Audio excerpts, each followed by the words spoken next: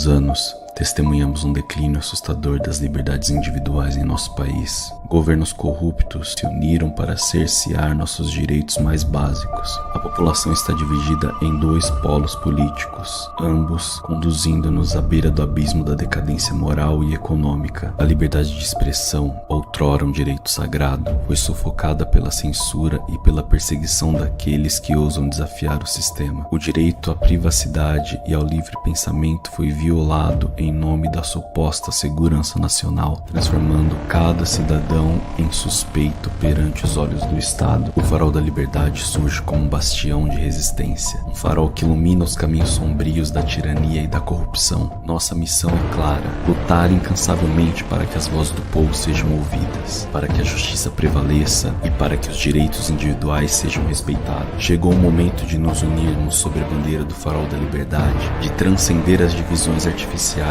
e de lutar por um futuro onde a liberdade seja restaurada, onde a justiça seja verdadeiramente cega e onde o poder seja exercido em prol do povo e não contra ele. O tempo para a complacência acabou. Devemos resistir, persistir e defender incansavelmente nossos direitos e liberdades, pois é somente assim que poderemos reverter este triste capítulo da nossa história e construir um país verdadeiramente livre e justo para gerações futuras.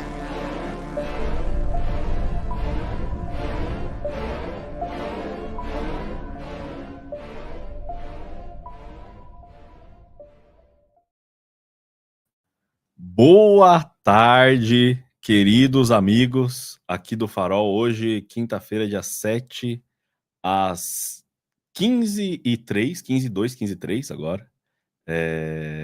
Ó, o Clóvis ali deu bom dia. Vou agradecer o pessoal que já tá aí. Já tem uma galera assistindo. Galera, se você tá assistindo aqui hoje só no canal do Farol, né? Curta, compartilhe essa live, espalhem a mensagem. Lembrando que quem quiser nos ajudar, né? Aqui a nos manter, a pagar aqui a água, tudo, tem o Pix aqui. Eu não vou me alongar muito, porque o Gabrielzão já está ali sedento para falar do mundo de hoje. Gabrielzão, o que está acontecendo? E hoje com a presença ilustre aqui do pastor Denis. Deixa eu cortar para os feras aqui, porque eu só pedalo aqui, entendeu? Quem guia aí eu só remo, né? Os capitães, pães ou pães, questão de opiniões. Estão ali, Gabriel e Denizão da Massa. Obrigado, Eric, obrigado, pessoal. Nós sempre dizemos aqui que nós somos seres quânticos, então se você está assistindo isso no presente de agora, dê seu like, compartilhe, faça a sua parte, comente, tire suas dúvidas. E você que está assistindo no futuro também faça o mesmo. A gente aborda sobre isso no futuro. Hoje eu trouxe o Denis, que é meu grande amigo antes de ser pastor, mas também é meu pastor, é pastor da Igreja Presbiteriana de Osasco, reverendo Denis Benjamin, e vamos falar hoje do mundo doido e a thumbnail que é clickbait, um mundo de ponta cabeça. Ontem a gente falou por aqui, né, Eric, da eleição americana, falamos muito de Kamala Harris, abordamos isso com o Arthurzão, que estava aqui conosco ontem, dando perspectivas desse novo mundo. E você, Denis, fala muito de selfie, você até abordou isso há pouco tempo lá com a gente na escola bíblica, comentando a respeito das influências desse novo mundo. E antes de tudo, de você se apresentar, de tudo, eu te fiz uma breve introdução, mas queria entender, depois da sua breve introdução de quem é você para o pessoal, por que você resolveu estudar esse tema? O que te apontou, não, realmente é interessante a gente compreender a influência na sociedade moderna? Por que esse tema é tão relevante para a gente hoje? E aí, Gabriel, e aí, pessoal que tem acompanhado aí as lives do Farol da Liberdade. Primeiramente, é um prazer, uma alegria estar aqui com vocês, né? Eu fico muito honrado pelo convite. Como o Gabriel disse, nós somos amigos, nós caminhamos juntos na igreja, a gente toca junto, canta junto, todo dia, né, alguns finais de semana. E como ele falou, sou pastor da Igreja Presbiteriana de Osasco, né? Já faz aí desde 2020 que eu fui ordenado ao ministério e tenho caminhado com a juventude, trabalhado com jovens, e todos esses temas que envolvem cultura, que envolvem contemporaneidade, são muito utilizados no meio da galera jovem, né? Então, o pessoal está sempre antenado com filme, está sempre antenado com livro, está sempre antenado com séries, E essas séries, essas coisas, elas fazem surgir perguntas que são de ordens filosóficas, que são de ordens sociológicas e teológicas, né? Que é a matriz ali de todas essas questões. E o meu interesse, então, por estudar isso, veio tentando compreender a nossa geração, tentando responder aos desafios da nossa geração, especialmente como ser pastor numa geração tão diferente da nossa, como é a nossa, né, como nós estamos vivendo. Então, por isso, tenho buscado ensinar sobre isso, aprender primeiramente com os grandes, que a gente sabe, né, que a gente apenas monta nos ombros deles, para que a gente possa ensinar melhor, né, nesse sentido. É isso. Eu separei aqui um texto que o pastor conhece bem e os irmãos podem abrir aí em casa. Romanos 12:2, é um texto clássico aqui da palavra. Você pode ler aí comigo. Não se amoldem ao padrão deste mundo, mas transformem-se pela renovação da sua mente, para que sejam capazes de experimentar e comprovar a boa, agradável e perfeita vontade de Deus. Amém. Eu estava com esse texto na cabeça antes da gente conversar, e não se deixem amoldar. É aqui o alerta, né? A exortação da palavra. Quando a gente pensa no eu moderno, no selfie, que é o que a gente estava discutindo, o que torna o eu? Porque assim, se a gente fizer uma perspectiva pensando um pouco mais no passado, digamos, eu e você vivendo no século XVII, por aqui. Claro que eu vou ter a profissão do meu pai. Claro que eu vou viver lá numa chacarazinha, num sítiozinho, numa pequena porção de terra onde eu vou lá plantar, vou colher, vou ter a minha comunidade local, a minha igreja, nela eu vou ser apresentado, batizado, lá onde eu vou casar com a esposa que eu conheci dessa comunidade pequena. É lá que muito provavelmente eu vou morrer, vou ser enterrado pelo meu pastor, pelo meu padre, na minha comunidade local. Pois bem. Depois do êxodo rural, a gente pensa as pessoas se movendo para a cidade, tudo mudou. Sim. Hoje é muito comum que os filhos não tenham as mesmas profissões dos pais, que eles tenham, na verdade, outras aspirações. Então, quando a gente pensa no homem de hoje, os garotos hoje de geração alfa, que vão chegar no mercado de trabalho daqui a pouco, quem já é um pouco mais velho, o que torna o eu? O que é a identidade do homem moderno, da mulher moderna? Bem, é uma pergunta, Gabriel, bem complexa de responder, né? Mas, assim, creio que, à luz daquilo que a gente já tem estudado, que a gente tem ouvido de alguns autores muito renomados, que têm se filósofos, sociólogos, teólogos que têm se debruçado sobre o tema, nós entendemos que o que torna a gente, o que define a nossa identidade, a nossa personalidade, são um conjunto de fatores, certo? Tem, é claro, a sua criação, tem, é claro, vamos dizer assim, a cultura na qual você está inserido, certo? A sociedade que você está inserido, a fé que você tem, primeiramente, né? Que eu acho que para mim é um fator fundamental. A fé que você professa, a fé que você confessa, ela dirige de fato quem você é. Os seus pressupostos de identidade, elas estão baseadas em um fundamento que é fiduciário, credal, né? Então, para toda a sociedade, quer ela seja cristã ou não, judia ou não, religiosa ou não, né? Todo mundo tem ali uma veia religiosa em tudo aquilo que faz, em tudo aquilo que professa. E o que nos define, de fato, então, são um conjunto de fatores que eu entendo.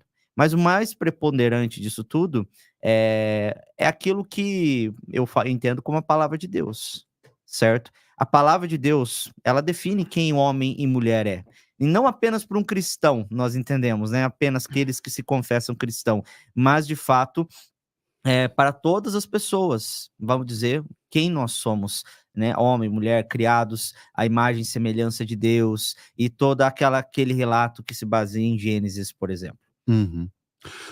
Da imagem e Da imagem e semelhança de Deus, criados com uma racionalidade, criados diferentes das outras criaturas, por exemplo, dos animais, das plantas, porque pensamos, porque agimos, porque somos seres morais. diferente dos outros que agem apenas por instinto, por exemplo, os animais, podem até ter alguma similaridade conosco em algumas questões, mas eles não são seres morais como nós somos.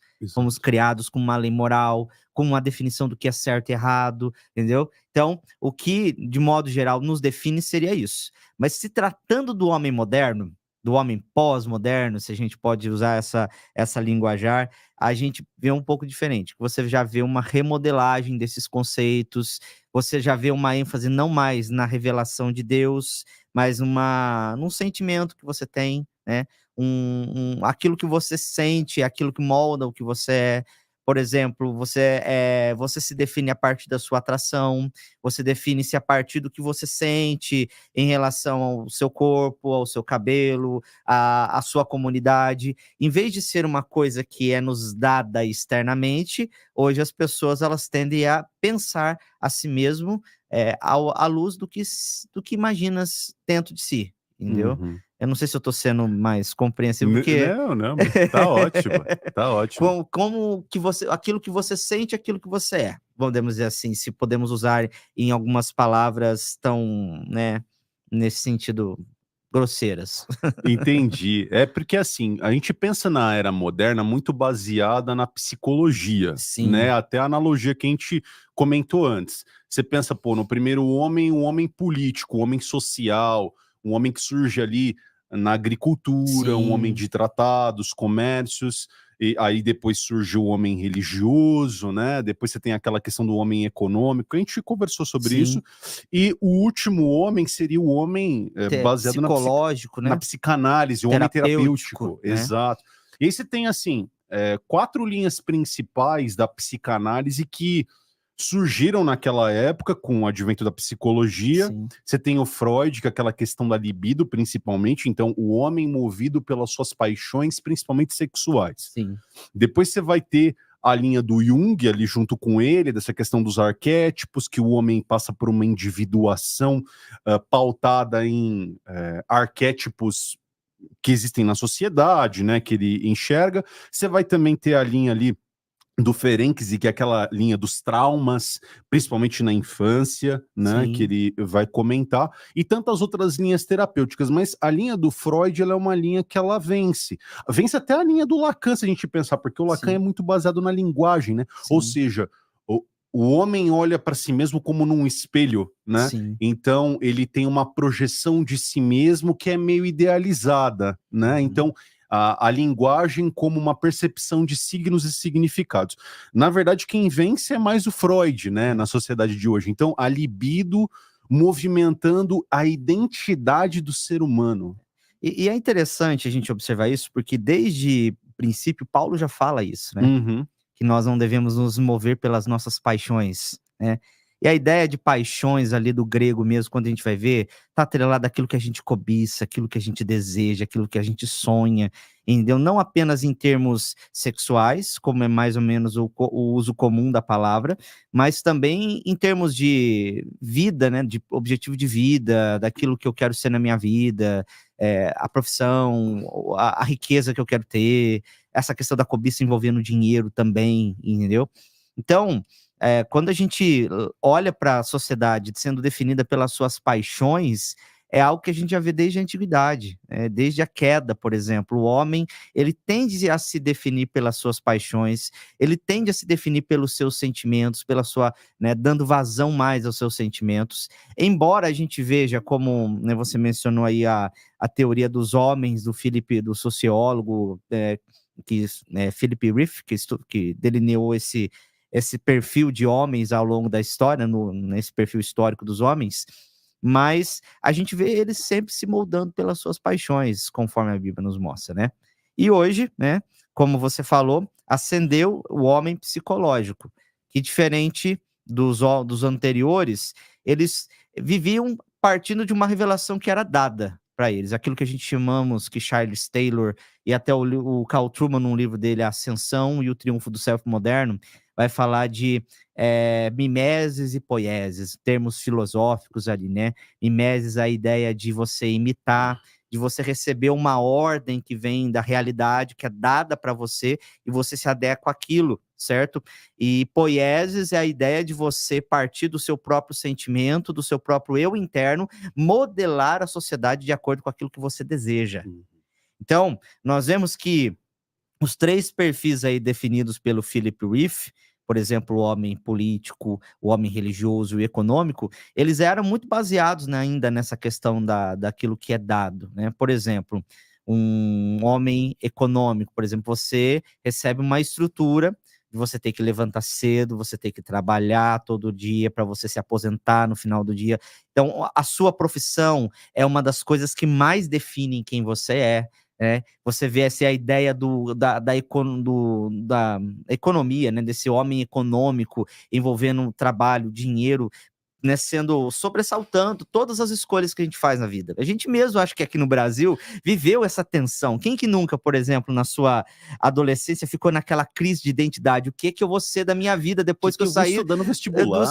depois que eu sair do ensino médio? E a crise não é tanto o que eu vou fazer, que profissão eu vou escolher, mas o que eu vou ser. Ok. Entendeu? Identidade. Identidade. Eu vou ser um médico, eu vou ser um engenheiro, eu vou ser um político, eu vou ser um autônomo, né? Um advogado. Um advogado, okay.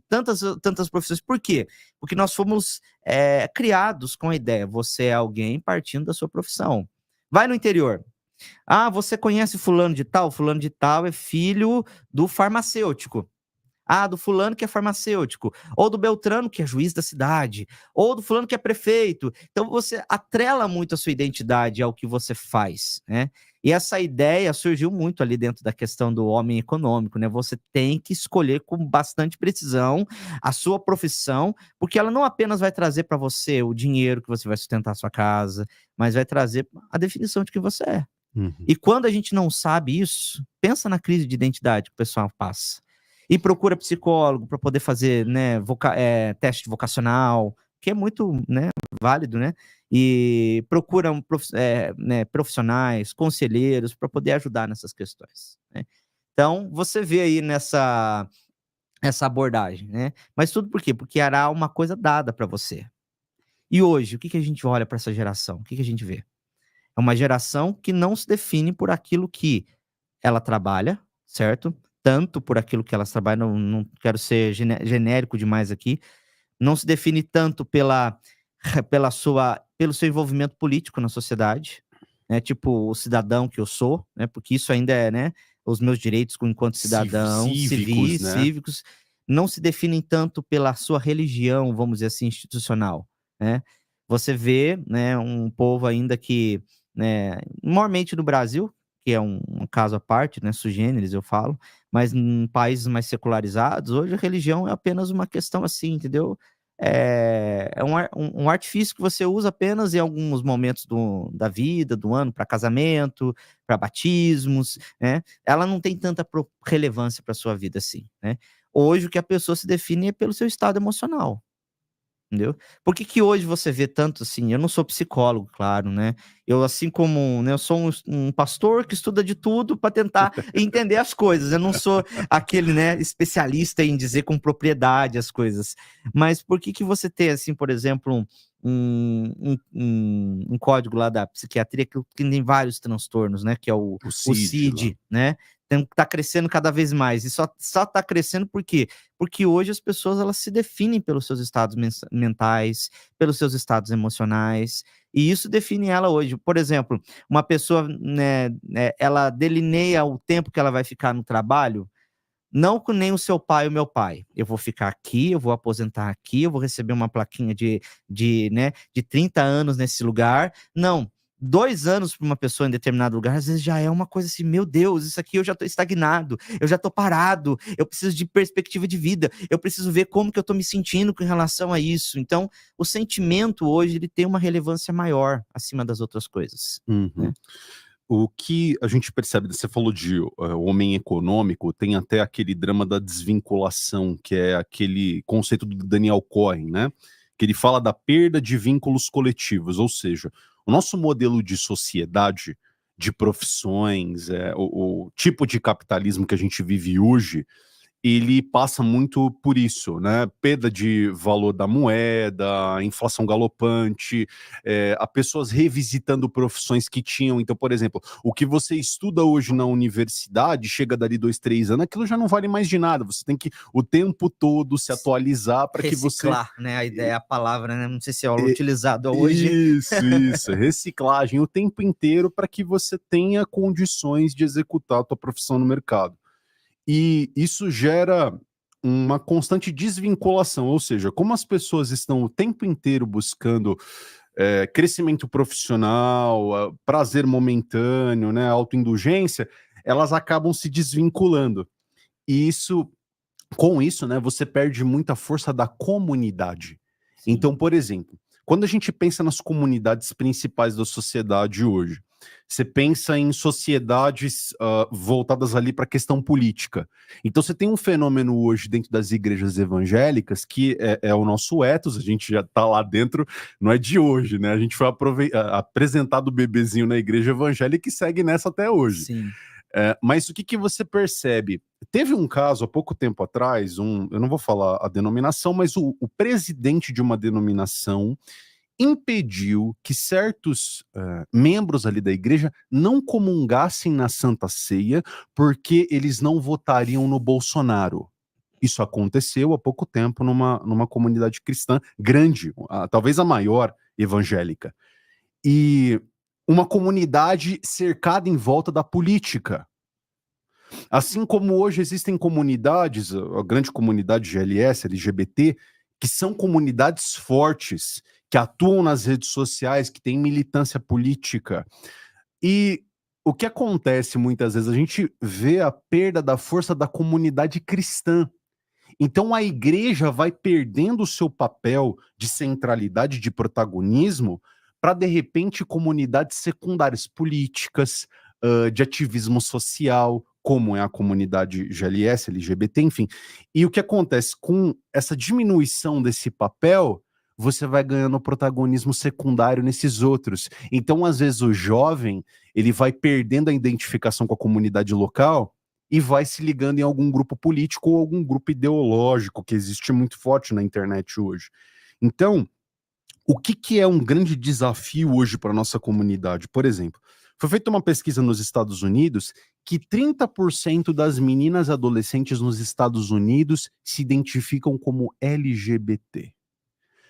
Se você pega mulheres acima dos 65 anos, somente 5% se identificam como LGBT. Então, peraí, são 25% a mais, uma população grande. Então, não só por um engajamento de comportamento, porque a Bíblia fala muito de sexo. Nós temos um livro aqui dos Cantares que é focado somente no sexo. Mas tanto no passado, você pega lá na Grécia, tinha muita homossexualidade. Paulo fala aqui nos Coríntios sobre isso.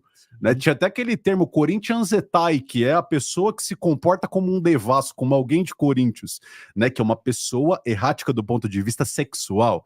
Mas o tempo inteiro se fala de comportamento, não de identidade. E esse é o grande, talvez o grande gargalo, a grande sacada da nossa sociedade hoje. Por exemplo, a identidade é o que permeia tudo aquilo que, né, envolve as nossas comunidades, envolve os nossos atos, né?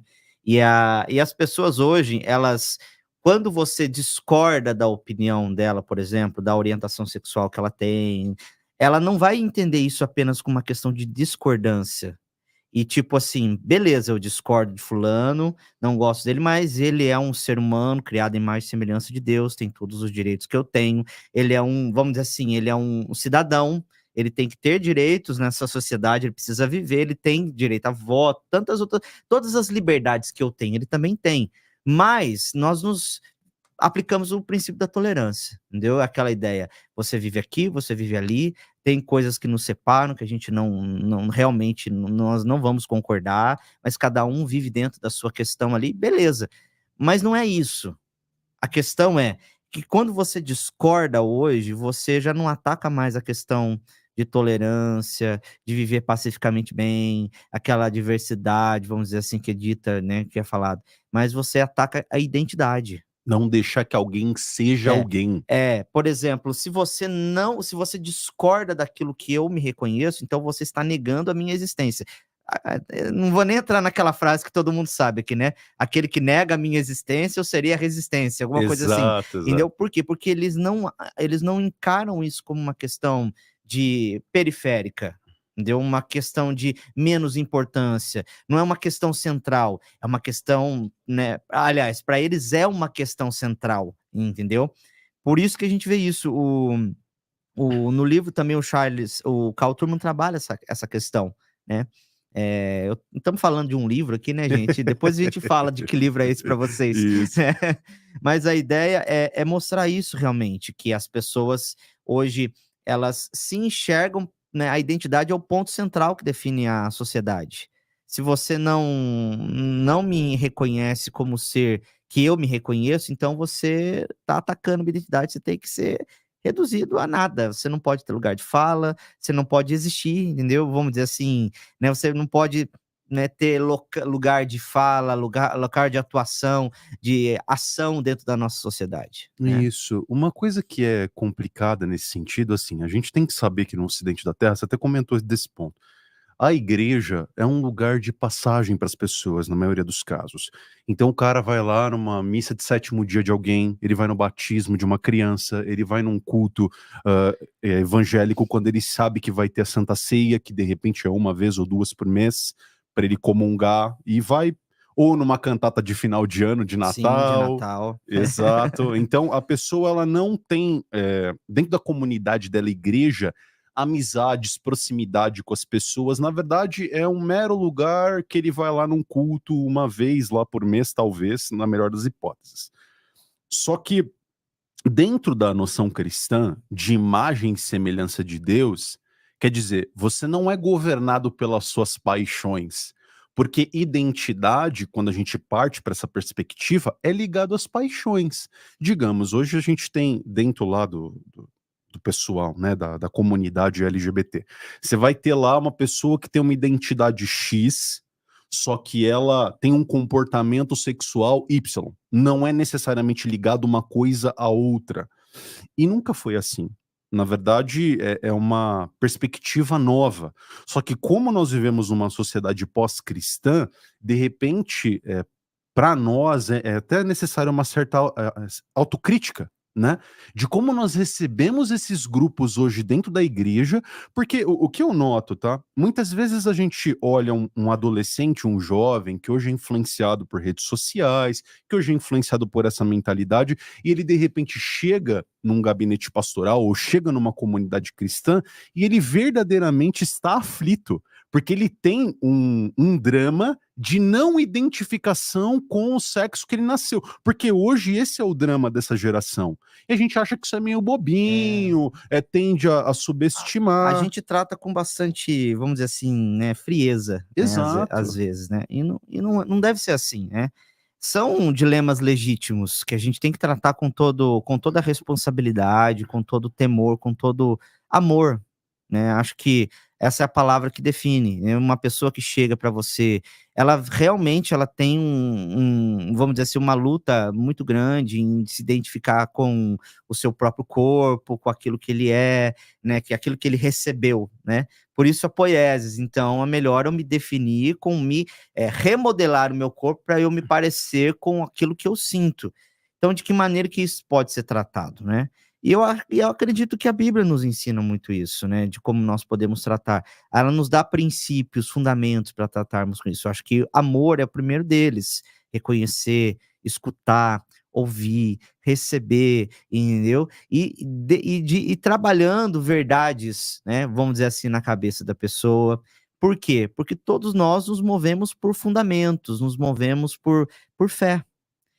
A fé daquela pessoa, podemos dizer assim, se eu posso utilizar dos fundamentos credais daquela pessoa, ela pode estar sustentadas numa outra religião que não é o cristianismo, que é a religião secular, por exemplo, né? A gente fala de secularismo como se fosse algo, anulação da religião, mas o secularismo é uma outra religião. Veja o caso, por exemplo, saindo um pouquinho dessa questão, mas é que a gente vai lembrando das coisas e vai falando, né? Esses dias atrás a gente viu numa igreja da Alemanha uma igreja luterana, não sei a denominação, mas ela promoveu lá um culto, certo? Voltado com as músicas da Taylor Swift. Se eu não me engano, é Taylor Swift Service Church, o nome, né? Porque então eles iam fazer uma liturgia toda dentro daquelas igrejas clássicas, bonitas, da Europa, e com as músicas da liturgia, da Taylor Swift na liturgia. E você vê lá a mulher cantando as músicas, né, do Anti-Hero, entendeu? Ou seja, a religião, ela é algo latente, natural das pessoas, né? Só que daí, o secularismo, eles querem tirar a religião, né? Que já tem ali o cristianismo, o judaísmo, o islamismo do lado, deixa essas coisas e vamos, né? Não acabou a religião, não, mas eles criam uma outra religião, né? Que é a religião onde eles se colocam como deuses. Antropoteísmo. Né? Onde o homem é o centro de tudo, né? Então, você vê essa prática. Então, essa pessoa que chega até nós, ela chega com questões de fé que precisam ser resolvidas. Elas chegam com questões que precisam ser orientadas, direcionadas na posição certa. Né? Eu acredito, assim, que com o advento da queda, né, a estrutura que Deus criou nesse mundo é boa, entendeu? O corpo humano, a criação, tudo aquilo que o homem recebe de Deus para produzir, para criar, é bom.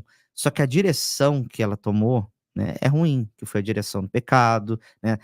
Como cristãos, nós entendemos isso, que a queda, ela condicionou o homem a um estado que realmente decaído e que ele precisa da graça de Deus para poder, né, ser transformado, né? Então, ali você precisa entender, né? Se tratando dessa pessoa que chega até nós, direcioná-la para a questão certa, né? Só que isso é uma mudança de mente, é uma mudança, aquilo que você leu ali no texto de Romanos, é uma metanoia, entendeu? Você, né, não se transforma conforme aquilo que você sente, com aquilo que a sociedade quer que você seja, com aquilo que a mídia diz que você seja, você se conforma com aquilo que, né, você tem de revelação, que é a palavra de Deus, né? Exato. Que é a revelação dada.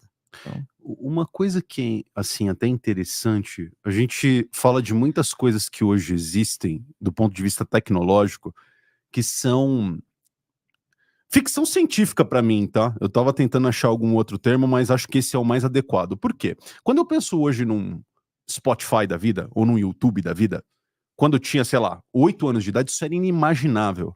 Eu queria ouvir uma determinada música, eu tinha que colocar um CD, uma fita, era impensável ter tudo que a gente tem acesso.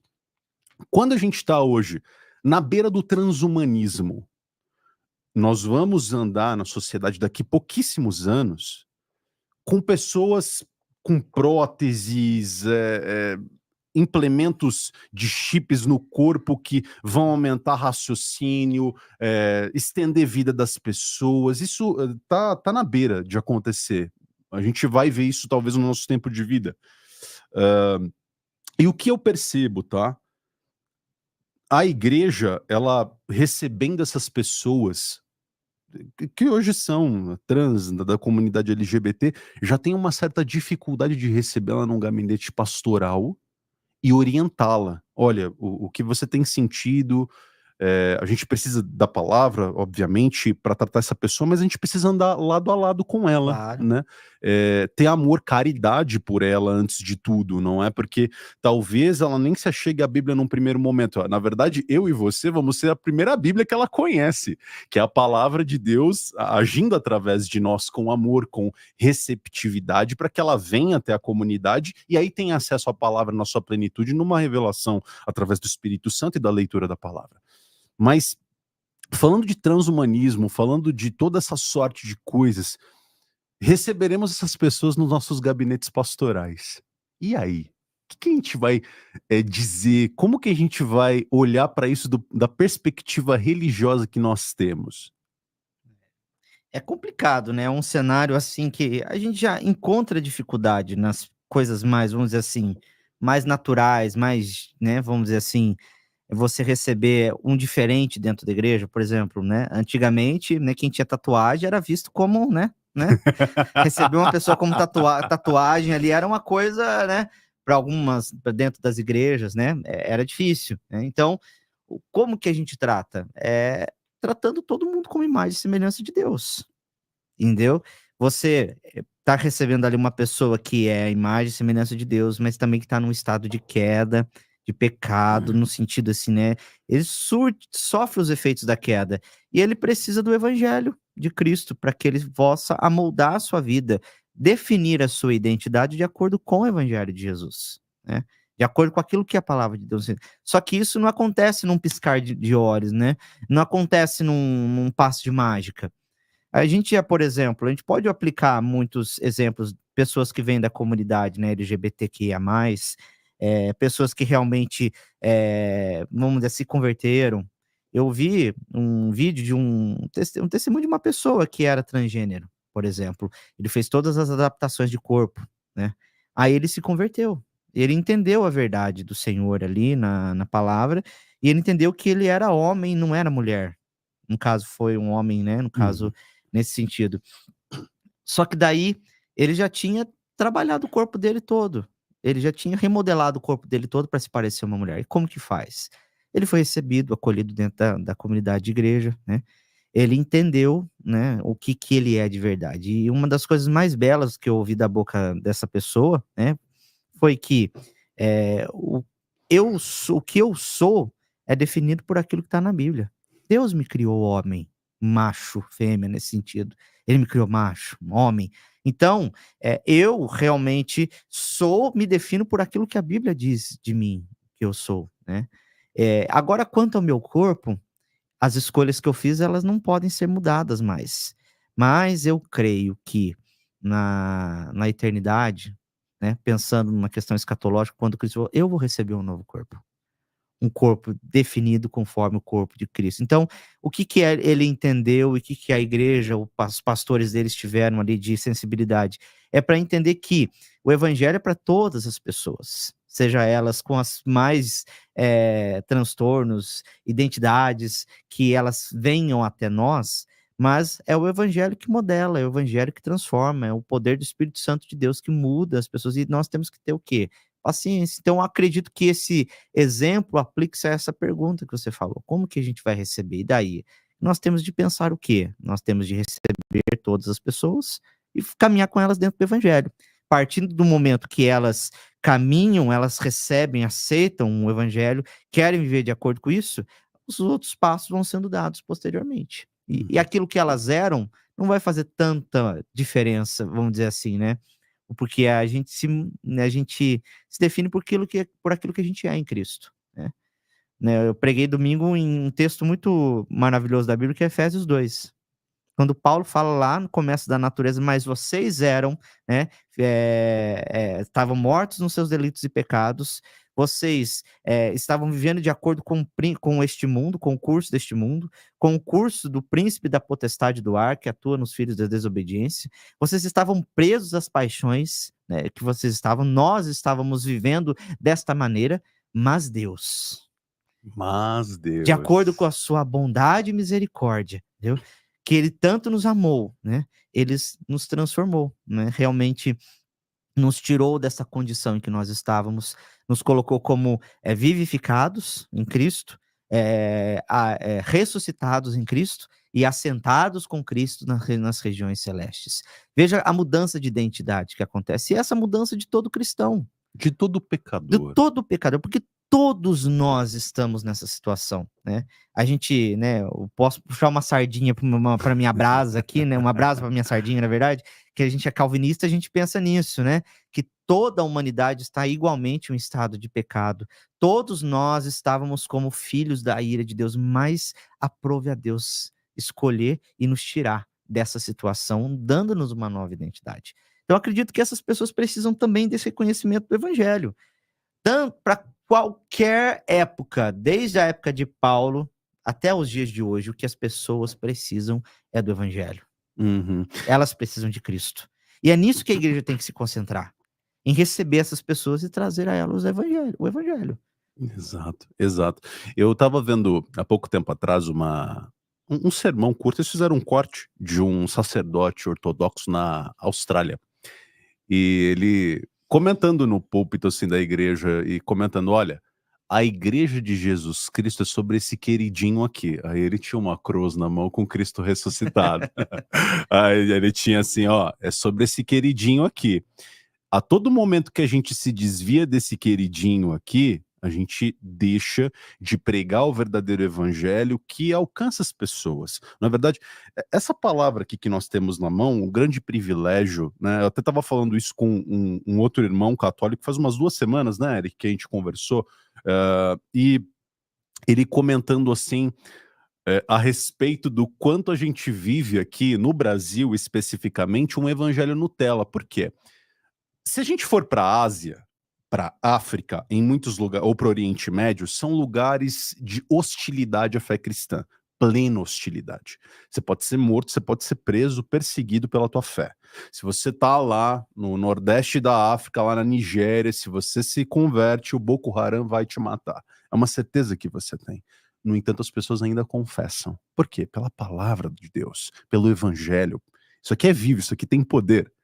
Quando a gente pensa na Europa e nos Estados Unidos, por exemplo, que são sociedades onde a religião já não tem essa influência na esfera pública, na verdade, restrito a pequenos guetos, né, pequenas comunidades, eles também vivem uma certa dificuldade, eles vivem num mundo muito mais secular. Na América Latina, a gente vive meio que numa ilha, onde isso ainda é muito importante. Então, aqui, talvez por essa importância, a gente dê tanta vazão para esse tipo de coisa boba, que eu até comentei aqui anteriormente. Como um presidente de uma determinada linha, de uma determinada igreja, não permite que irmãos tenham acesso à ceia de Cristo. Ele priva as pessoas da mesa de Jesus, não é uma mesa dele. Ele não é Deus. Ele não... Como que eu posso... um irmão na comunidade vai lá e pega o pão e o vinho para tomar, para ter comunhão com o corpo de Cristo? E eu privo ele desse acesso. Eu tava, né? É muito ruim isso, né? Essa identificação, né? Essa remodelação que fazemos do evangelho, né? Porque a gente está falando aqui de uma sociedade que remodela o seu corpo, que remodela a sua vida, mas a gente faz a mesma coisa com o evangelho, né? Exato. A igreja muitas vezes não quer o evangelho pleno de Jesus para todas as pessoas, para diferentes, né, nacionalidades, raças. Ela quer o evangelho para aquele grupo seleto de pessoas que o líder daquela comunidade elegeu e se parece com eles, né? Uma das coisas mais difíceis para nós é aceitar, né, o outro que é diferente da gente, né? A gente encontra... Eu estava escutando uma pregação numa conferência que eu participei algumas semanas atrás, que fala sobre exatamente isso, né? Que a gente tem dificuldade com aquilo que é estranho. Vem uma pessoa que se veste diferente de você, que não fala igual você, que não tem os mesmos, né, trejeitos, as mesmas coisas que você, então você já o considera estranho e já o trata com parcialidade, entendeu? Se não vota na mesma pessoa que você, pronto. Já era. Não segue o mesmo líder tribal que você, pronto, né? E a gente tem que entender que o evangelho está acima dessas coisas. Tem coisas que vão nos separar, tem coisas que vão nos dividir, entendeu? Mas tem coisas que podem ser toleradas uns com os outros, entendeu? E essa questão política passa por isso, né? A gente pensa muito nisso, né? Que a gente não pode, enquanto cristãos, privar uns dos outros, porque um vota em fulano, porque o outro vota em ciclano, porque o outro vota em beltrano, né? A gente tem de olhar primeiramente para aquilo que nós somos em Cristo, por meio da palavra, para aquilo que nos une, que é o Senhor, né, que é Cristo, é o mesmo evangelho, né? É claro que existem aqui fundamentos que são, né, pedras, vamos dizer assim, fundamentais para nós, né? Até um pastor, ele falou determinada uma frase, que a tolerância só é possível quando há coisas intoleráveis entre nós. Há pontos que sempre vão ser, né, que vão fazer vamos dizer, aquela divisão entre a gente, né? Mas questões secundárias, como política, não deveria ser colocada num patamar como assim. Essa é uma perversão do evangelho. Você não dar a ceia do Senhor para as pessoas que votaram no fulano de tal, isso realmente não tem nada a ver com o evangelho. Ele está remodelando, ele está usando da coisa mais, aquilo que nós falamos aqui, da poiesis, que é modelar o evangelho para que ele se pareça comigo. E tanto, né, os movimentos mais conservadores ou mais progressistas, eles querem fazer isso, né? Vamos dizer assim, que a gente não pode entrar nessa vibe, entendeu? Uhum. A gente tem que ficar com o evangelho, né, nele, ele está acima de todas essas coisas, né? É Eu claro. costumo dizer que evangelho, Cristo, não é de esquerda e não é de direita. Cristo é Cristo, Sim. né? Transcende a política. Transcende essas questões. Cristo é o Cristo rei dos não reis. estava nem preocupado com política quando ele estava aqui, né? Ele não queria subverter o Império Romano, vamos lá. Os discípulos queriam isso. Sim. Pedro estava assim, sedento por uma revolução. Judas. Judas, aquela, né? Vamos dizer assim, né? Mas não era a vontade do Senhor. O reino do Senhor é um reino espiritual, o reino que ele veio trazer, né? Valores que são completamente diferentes dos reinos deste mundo. E é o reino que cresce cada vez mais. É como as parábolas que ele falou, a parábola do fermento, que você coloca um pouquinho já leveda da massa toda. É a parábola da árvore, né, do semente de mostarda que você joga ali, cresce. É a a maior das hortaliças, a maior ali daquela. Porque para mostrar o que? O evangelho é diferente de tudo, e natureza. Uhum. Ele não é igual aos reinos deste mundo. Os reinos deste mundo levantam e caem, levantam e caem. Isso desde a antiguidade. Quantos foram os reinos que se levantaram e caíram? Levantaram e caíram. E o próprio Daniel mostra isso numa visão. Nabucodonosor um dia tem um sonho apavorado lá. Meu Deus, o que significa esse sonho? Uma estátua com cabeça de ouro, com peitos, né, com peito de bronze, com braços de prata, pernas de madeira, né, de ferro, e pés de barro, né? Vamos dizer assim. Ele fica atordoado com aquilo, de repente vê uma bola, uma grande uma bola que cai do céu e cresce como uma montanha e destrói essa estátua. Daniel já estava tendo ali uma visão, né, profética do reino de Cristo. Cristo é aquela, vamos dizer assim, aquela pedra não cortada por mãos humanas que destrói aquela estátua que simboliza os reinos, como o de Roma, aliás, como da própria Babilônia, depois da Pérsia, como depois os gregos, depois os romanos, e ele destrói para mostrar o que para nós? O Senhor, ele está acima de todos esses reinos. A gente não devia ter político de estimação, né? Claro. A gente deveria ter o quê? Cristão, a gente tem que respeitar, precisamos de homens na política, homens com integridade na política. Eu entendo muito isso, que há necessidade. Política é um negócio que a gente precisa falar, né, com bastante acurácia, de forma muito acurada, né, a respeito disso. Mas a gente precisa colocar nossa fé no Rei dos Reis. Amém. Esse é o nosso objetivo enquanto cristãos, né? Sim. O que eu percebo, né? Há pouco tempo atrás aí teve as Olimpíadas. A gente viu aquela abertura, né? Aquela famigerada abertura. A abertura das Olimpíadas. Depois, há pouquíssimo tempo atrás aí na campanha, a Kamala Harris, alguém dizendo, né, Jesus Cristo é rei, alguma coisa assim, a pessoa gritou, né, num comício dela, opa, você tá no lugar errado. Então, o que isso simboliza, né? Na sociedade francesa, na sociedade americana, que nós estamos no lugar errado. Quer dizer, essa sociedade já tem valores tão apartados da cristandade que nós somos pessoas, sei lá, nós não somos contemporâneos dessas pessoas, nós somos anacrônicos, nós vivemos em uma outra época em relação à modernidade, em relação a este mundo. Mas até é rico o exemplo que você deu, que Cristo é a pedra que os construtores rejeitaram. Ele derruba a estátua, é o seguinte, todos vocês que são reis, governantes, estão sentados em tronos de pó, porque existe só um rei, é o Rei dos Reis, não é? Então, quando a gente pensa assim, na sociedade que sistematicamente vai se tornando cada vez mais cristã, ela vai andando para fora. Como que a gente pode fazer o nosso trabalho? Porque assim, hoje a gente vai pagar um custo por essa live, tá? Falar de comunidade LGBT, dizer que temos que levar evangelho para eles, que eles são pecadores, assim como nós somos pecadores e fomos atingidos por essa graça. Nós vamos pagar um preço e cada vez mais. Pode chegar uma hora que a plataforma não vai mais aceitar conteúdos do nosso tipo. E até aconteceu, você mesmo comentou comigo num caso em Minas Gerais, que um pastor foi fazer uma pregação, ele foi perseguido pelo Ministério Público de Minas. E isso pastor, não vai... Foi um padre, se eu não me engano. Ah, um padre? Um padre e um pastor, já viu mais ou menos, acho que tem os dois casos, se eu não me engano. Ok, em Minas eles estão pegando um pouco no pé nesse sentido, né? Acho que foi um padre que falou com relação a uma questão dessa comunidade, da comunidade LGBTQIA+, tinha uma pessoa lá que o processou por conta disso, por, né, crime de ofensa, alguma coisa assim. Aí ele teve que se retratar, pagar alguma coisa assim publicamente, né? A gente vê movimentos assim, com certeza, como você falou, né, crescendo.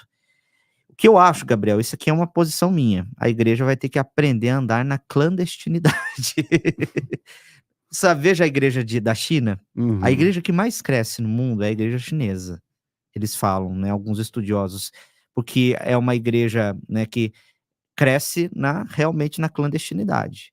Eles não têm uma instituição organizada, porque as instituições, as igrejas que são, vamos dizer assim, organizadas lá, tem que ter o aval do Estado. Exato. O Estado interfere na liturgia do pastor, interfere na mensagem que ele prega. Algumas eu vi em um determinado site que o Estado estava pedindo para essas igrejas tirarem as imagens de crucifixo, de Cristo, para colocar imagens de quê? Do próprio Do Xi Jinping? Xi Jinping, esse mesmo, entendeu? Aconteceu na Coreia do Norte, por exemplo, essa ideia, né? Mas na China você vê a mesma coisa, entendeu? Você vê a mesma filosofia sendo implantada, mas em uma igreja que cresce, só que ela não se organiza institucionalmente. Ela não é uma instituição, ela vai crescer, ela vai se organizar, ela vai ter o seu culto, só que dentro da clandestinidade, entendeu? E eu acredito que se um dia vivenciarmos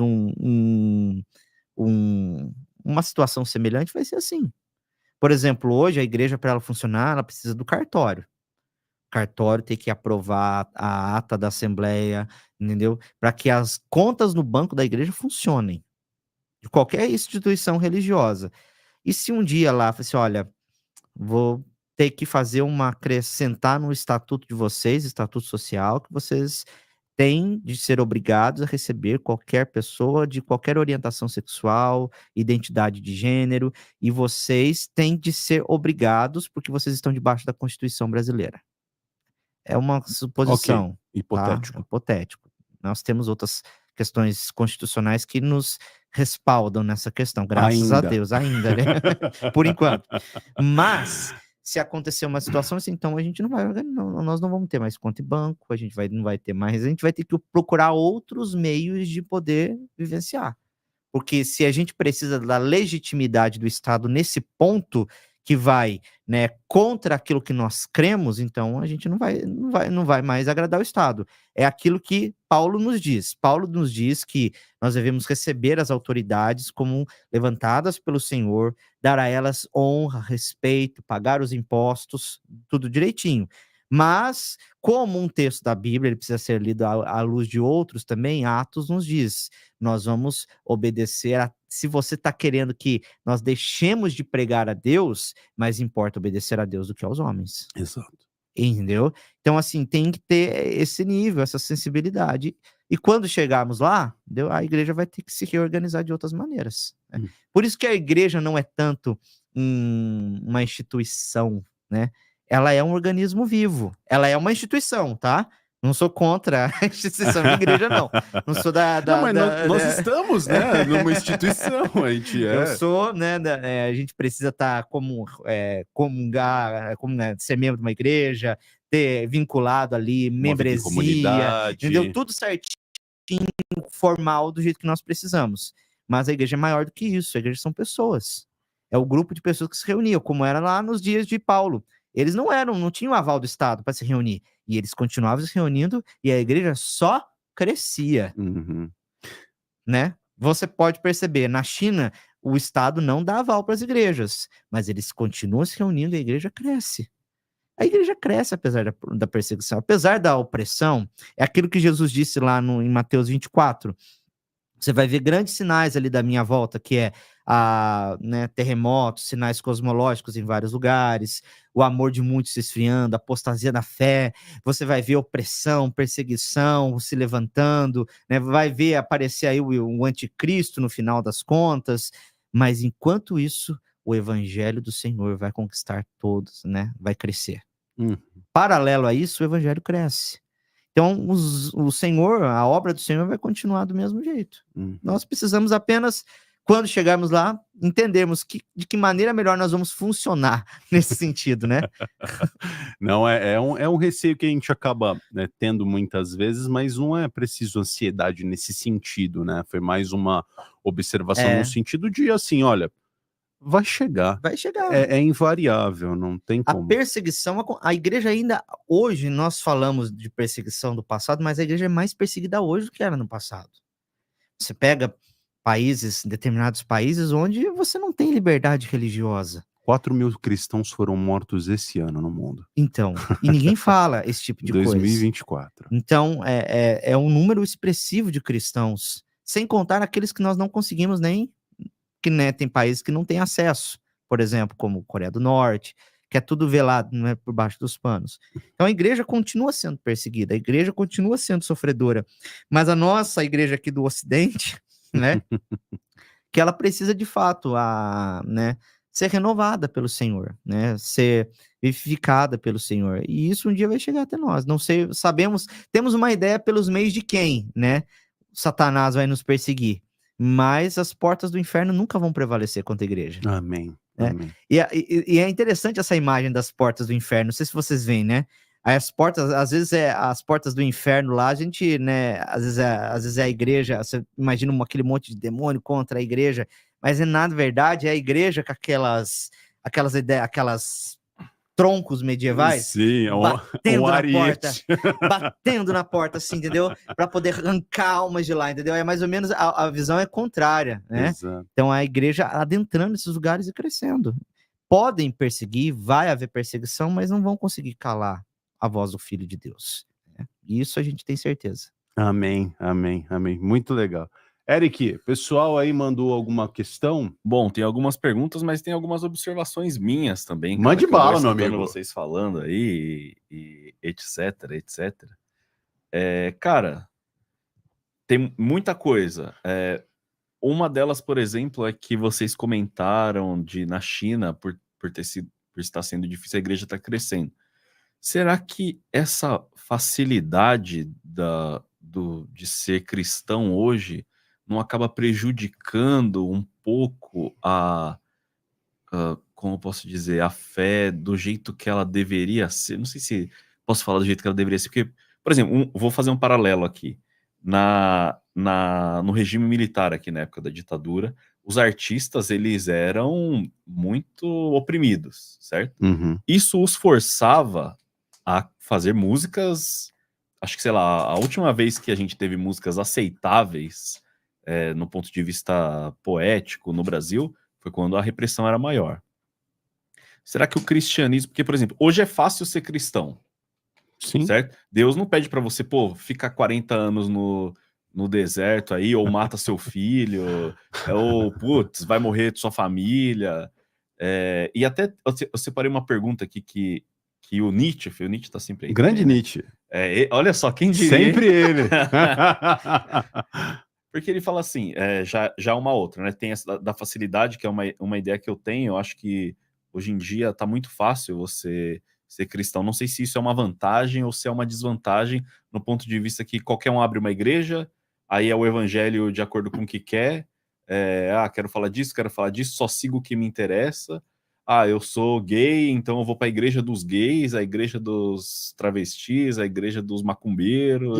A igreja do maconheiro, tem de tudo hoje. A igreja do nóia, então. Uhum.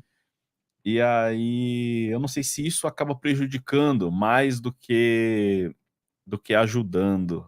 Por incrível que pareça, por ser fácil, eu acho que abre, assim, o leque fica muito aberto. Eu que sou um cara mais Deus Vult, né? Então... E o Nietzsche, ele fala aqui também, uma outra segunda pergunta aí que aí vocês já embalam, que é assim, até que ponto a gente tem que tentar salvar alguém que já tomou as decisões dos rumos da vida, né? Uhum. Até que ponto podemos julgar quem tem salvação ou não, ou quando a gente deve soltar essa corda? Porque ontem a gente comentou aqui com o Arthur... O texto de Tito, né? Ele deu alguns exemplos que eu sou péssimo com Bíblia, tá, galera? Que ele falou assim, Jesus chegou no... E o cara falou assim, não sei se foi Jesus, acho que foi Jesus. Ele falou assim, posso enterrar meus pais? Sim. Aí Jesus falou assim, não. Não, ou você vem, tipo, não vou ficar Os mortos que insistindo. enterrem os mortos. Sim, se você quer me seguir, mano, larga tudo e vem. Tipo, até que ponto a gente tem que ficar tentando? Eu acho que a pergunta dele talvez tenha sido até um pouco mais nesse sentido, assim, até que ponto, né? Ele falou que a gente tem que insistir, ou quando a gente deve soltar essa corda. Ele Boa. fez essa pergunta no começo da live, que acho que é quando vocês estavam falando de, pô, a pessoa receber as pessoas na igreja e, enfim, não sei, buscar ativamente ou só esperar elas virem. Uhum. Então, beleza, vocês podem falar dessa da facilidade, se isso é bom ou não, e depois a gente vai para essa pergunta dele aqui também. Beleza, manda bala. Então, primeira questão da facilidade, né? De fato, eu acredito que o fato de nós termos mais liberdade, a gente viver com toda, né, as nossas facilidades no cristianismo, alguns podem não, né, achar que isso é uma coisa normal. Eu nasci numa igreja, cresci numa igreja, que relevância que isso traz para nossa vida? É só perdendo, por exemplo, quando a gente acha que realmente dá valor. Não sei se é aquilo que a tua mãe fala, ó, quando você perder, quando você sair de casa, você vai dar valor na roupinha lavada, na comidinha feita na hora, né? Você vai ter que correr atrás das coisas. Talvez realmente seja isso, né? Porque a gente tem uma geração que não vive, talvez, um ocidente que não valoriza as raízes que tem, os movimentos que tem, né? Por exemplo, né, cristão, né? Nesse sentido. Mas isso mostra pra gente aquilo que é realmente cristão e aquilo que não é. Exato. Entendeu? A Bíblia nos fala, a Bíblia sempre vai nos trazer situações de que a igreja é provada. E a igreja passou por uma aprovação semelhante quando aconteceu a institucionalização dela no Império Romano. Enquanto você via lá, primeiros 5 séculos, 7 séculos, 5 séculos de perseguição, 4 séculos de perseguição, se eu não me engano, né? A igreja vivendo de uma forma hostil, se reunindo em catacumbas, vivendo de maneira, né, perseguida mesmo.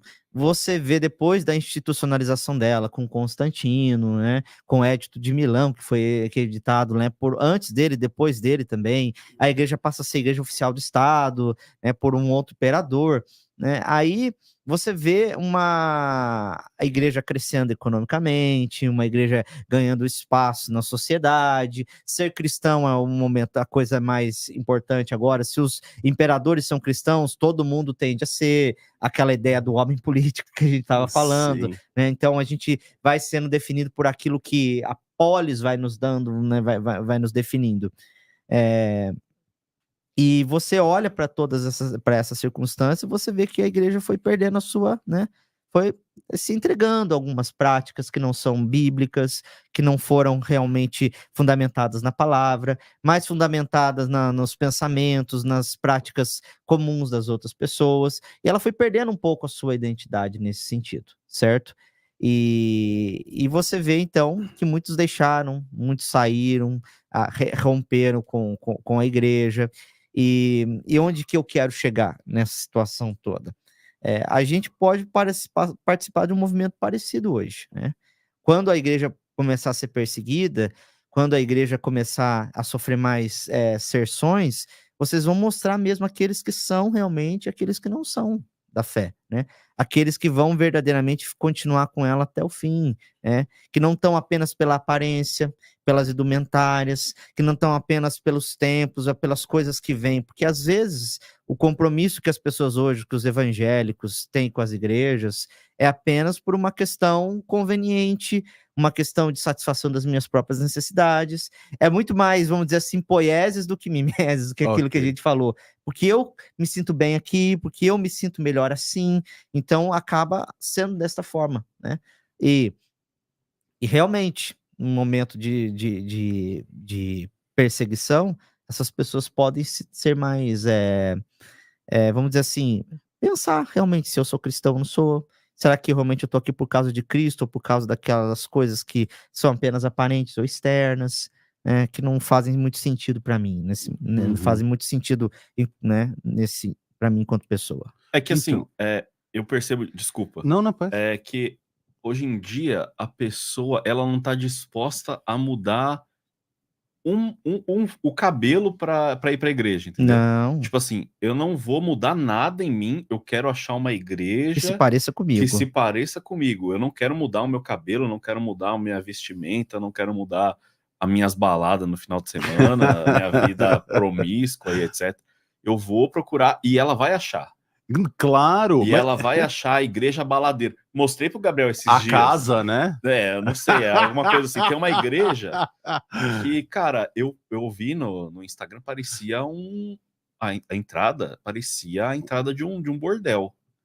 Uma fachada toda rosa, iluminada, assim. Eu até confundi ali que eu ia muito pra Rua Augusta, né? Tinha um casarão ali. Aí eu vi uma casa gigante, assim, falei, putz, será que...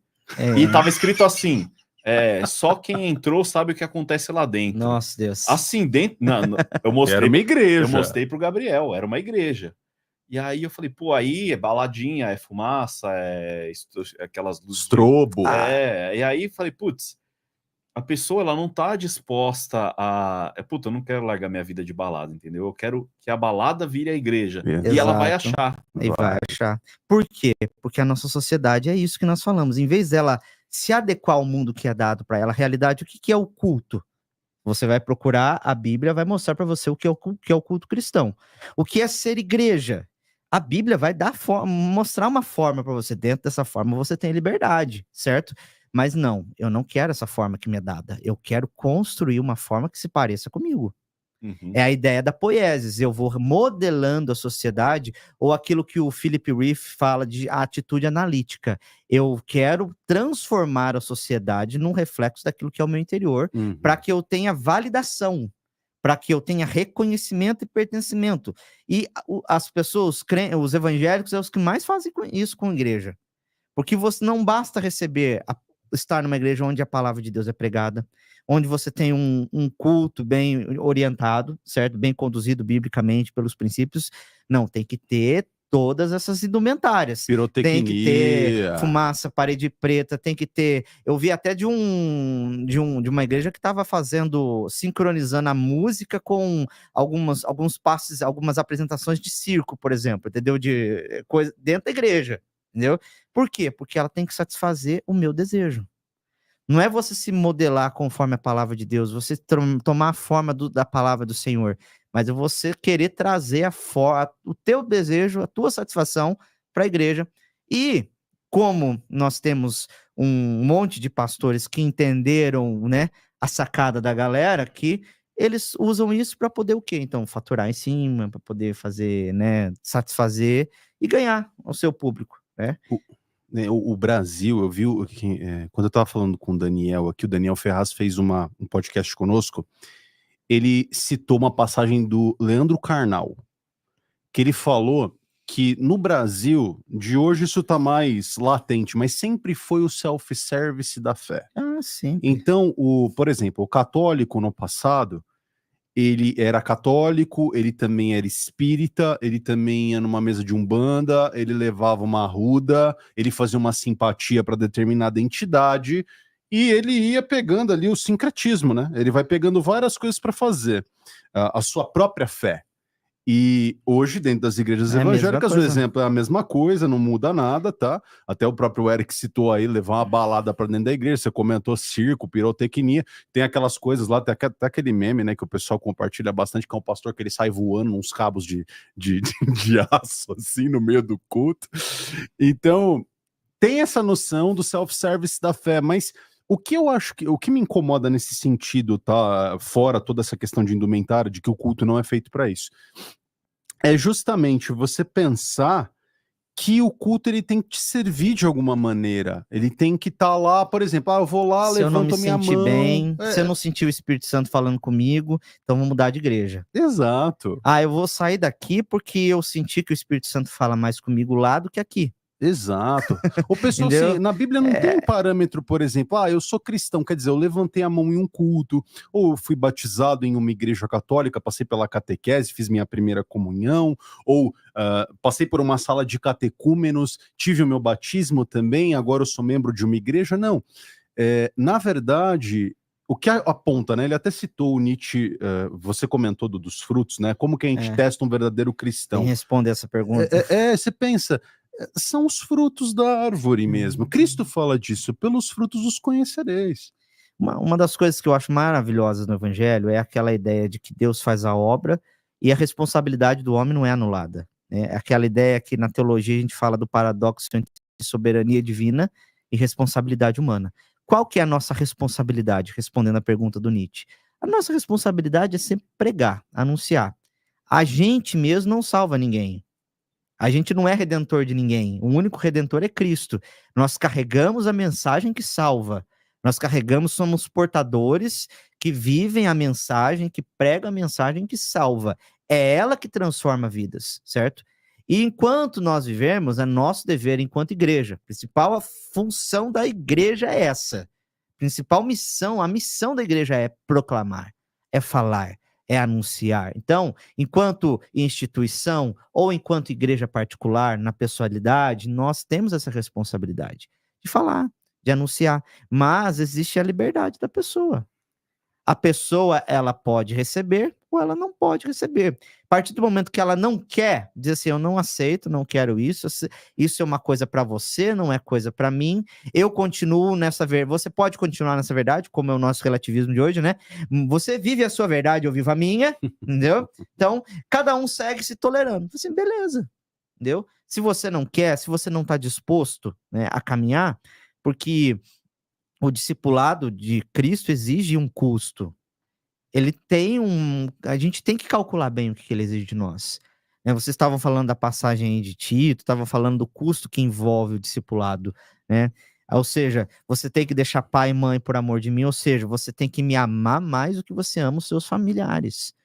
Você tem que estar disposto a carregar a sua cruz, ou seja, envolve uma espécie de sofrimento. Você morte diária. De morte diária do seu eu, morte da sua vontade, das suas paixões, morte, muitas vezes, do seu modo de pensar que é contrário ao evangelho, à palavra de Deus. Morte das suas preferências, muitas vezes, daquilo que você tem mais apego neste mundo, você tem que deixar de lado, entendeu? E só aquele que voluntariamente caminha nisso, partindo de você, não, eu achei a pérola de grande valor que é o evangelho, e por ela eu dou minha vida, eu pago o preço que for, aí eu sigo. Então, o limite é esse, né? Até quando a gente vai caminhar com essa pessoa? Respondendo a pergunta do Nietzsche também, né? Respondendo a pergunta dele, até quando ele manifestar que ele ama de fato a Cristo e quer viver de fato para o evangelho, entendeu? Enquanto você estiver lá, não, eu tô aqui, eu tô errando, eu tô pecando, tô caminhando nos meus erros mais crassos, mas eu quero mudar, eu quero continuar seguindo a Cristo, então caminha junto com ele. A partir do momento que ele diz assim, não quero, não, esse evangelho para mim não faz mais sentido, porque é isso, né, hoje não faz mais sentido para mim estar nisso, né, Okay. é a grande chave, a palavra-chave, não faz mais sentido para mim seguir nesse sentido. Por quê? Porque o meu sentimento já mudou, a minha cabeça mudou, né? Eu achava que isso era para me trazer um pouco mais de bem-estar, mas não está trazendo mais bem-estar.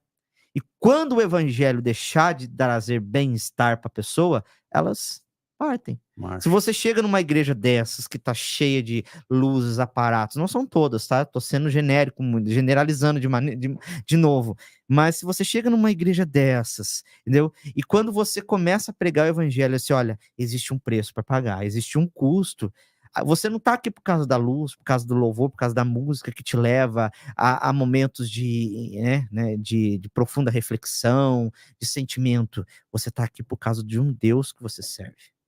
Quando tirarem todas essas coisas da igreja, quem que vai ficar? É aqueles que realmente têm um compromisso, que entenderam que não, eu tô com Cristo até o fim, não abro mão. É isso. Entendeu? Uma coisa que você fala da questão da pregação, né, que a gente deve permanecer nesse caminho. O que eu penso, tá? Não sei se você necessariamente concorda. Muitas vezes nós vamos fazer o prosélito mesmo, vamos falar a respeito de Cristo, falar a respeito do evangelho. Mas o que eu noto que é mais eficiente do ponto de vista de pregação não é necessariamente falar, é viver, é ser cristão. Você vai falar, as pessoas vão saber que você é cristão, que você frequenta uma comunidade. Isso vai ser assunto em algum momento. Ou seja, o fato de você caminhar do lado do outro vai te abrir oportunidade para falar a respeito dessas coisas.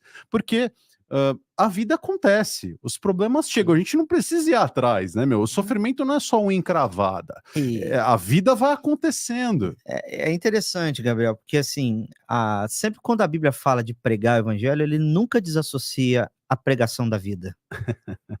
Sempre que você fala, né? Jesus falou lá, né? Bem-aventurados sois vocês quando ouvirem e praticarem. Né? Bem-aventurado o homem que construiu, né? Que ouve as minhas palavras e a pratica, porque ele constrói a sua casa sobre a rocha e não sobre a areia. Então, a Bíblia, quando ela vai falar do discurso, do querigma, da proclamação, do evangelho, Cristo realmente morreu a nossa morte, ressuscitou ao terceiro dia, isso está sempre validado por uma vida que reconhece, que encarna essa transformação no nosso dia a dia. Então, a pregação, ela sempre deve estar de acordo com a vida. Você vai ver o apóstolo Paulo nos vários momentos, entendeu? Chamando atenção para o modo de vida das pessoas. Por quê? Vocês vivem de acordo, de modo digno, vocês têm de viver de modo digno do Senhor, vivendo de acordo com aquilo que a palavra de Deus ensina. A pregação, então, ela está sempre vinculada à vida. Eu não consigo desvincular as duas coisas, porque as duas estão entrelaçadas. Exato. Se você crê no evangelho que transforma a sua vida, e ela não transformou a sua vida, como você vai pregar? Você não crê. Essa é a verdade. Exato, entendeu? Por exemplo, a máxima do discipulado, acho que o Jonas Madureira fala naquele livro dele, O Custo do Discipulado, a imitação de Cristo, né? Falando sobre o custo do discipulado, ele vai falar assim que o fato não basta apenas você falar de Cristo, né? Ou você querer ajudar o outro a seguir a Cristo, você também tem que ser um seguidor.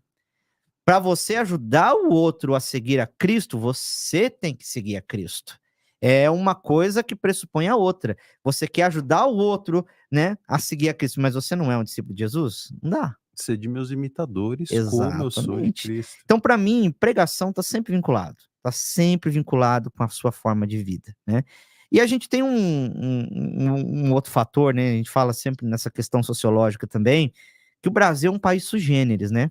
A gente vê ainda no nosso país, graças a Deus, um grande apego a essa questão espiritual. A gente vê um movimento de secularização crescendo nas universidades, dentro dessa, vamos dizer assim, nessa elite, muito dentro dessa elite intelectual, e até mesmo chegando, vamos dizer assim, as pessoas, a população de uma maneira geral, né? Mas você ainda vê o brasileiro procurando igreja, procurando espiritualista, sempre, entendeu? Preocupado com essas questões espirituais, seja ela de que credo ela é, entendeu? A religião ela for, ela sempre valoriza essa ideia do espiritual. Isso é uma oportunidade, né? Porque as pessoas estão mais abertas, por exemplo, aqui no nosso país, para você chamar uma pessoa para ler a Bíblia junto com ela. Eu já tive experiências de fazer capelania no hospital, né, em alguns um hospital particularmente aqui de São Paulo, em que eu trabalhava com os funcionários. E lá eram diversas pessoas que não eram crentes, que eram católicos, evangélicos, que iam à igreja, que não iam à igreja, e sempre eles estavam prontos para a hora da oração. Não, vem todo mundo aqui, ó. A chefe lá chamando, é a hora da oração. Vamos lá, todo mundo aqui, ó, juntinho para orar. Eram poucos que faziam aquela torce o nariz, não gosto de Bíblia, não vou falar desse negócio. Porque na natureza do nosso país, o brasileiro é uma pessoa muito espiritualista. Ele gosta de falar das coisas de fé. Então a gente vê uma característica que é nossa, entendeu? Nesse sentido, né? Então a gente tem essa oportunidade de pregar. As pessoas recebem de certo modo, né? Você vai encontrar os que não recebem, mas você encontra as pessoas que recebem. Então a gente deve continuar pregando e vivendo. Amém. Né? Essa é a grande questão. Ericão. Então, e eu vejo que é uma questão do pêndulo, né? Por exemplo, a Igreja Católica, eu tenho visto algumas, principalmente, que já viraram cultos neopentecostais dentro da Igreja Católica. O movimento carismático é bastante assim, né? O movimento worship, né? Dessa ideia da igreja. Worship, aquela guitarrinha com reverb no máximo lá. Então, as músicas de 4 notas, 3 notas só. Né? E aí a gente percebe que, é um pêndulo, ele vai muito para cá e, em contrapartida, ele tá voltando, porque eu tenho percebido, dentro da Igreja Católica que eu tenho mais contato, não muito também, uma galera voltando para essas missas tridentinas e etc, que vai para a igreja. Tradicionalismo, né? Que é uma missa, inclusive, que o próprio Vaticano anda dando uma perseguida nela. Sim. Porque eles, acho que, sei lá, década de 70, uma coisa assim, eles padronizaram essa missa agora, Missa que é o nova. padre voltado para a igreja, que antes era todo mundo voltado para Cristo, né? O padre, né, na Tridentina é em latim, né? Em latim. E o padre voltado para a mesa do altar ali, Sim, né, pra de costas imagem pro povo, né? Isso. Todos virados para Jesus, né? Agora é o padre de costas para Jesus também. E eu vejo que tem uma galera voltando para isso. Inclusive, eu não critico tanto assim as igrejas da parede preta, né, que a gente fala. Eu critico, mas não critico tanto, porque é melhor que o cara esteja dentro de uma igreja dessa do que ele esteja, fazendo alguma outra coisa por aí. Às vezes a porta de entrada dele de volta para o cristianismo é por meio de uma igreja dessa, que é uma coisa mais leve, mais descompromissada e tal. E aí fica meio vira um hobby, né? Eu vou pra igreja hoje, ou vou jogar bola, ou vou pro pagode. Hoje eu vou pra igreja. E aí, tanto que as coisas se confundem, né? Daqui a pouco não tem a prancha de surf no altar, não tem, enfim. E aí, mas eu percebo que o pessoal entra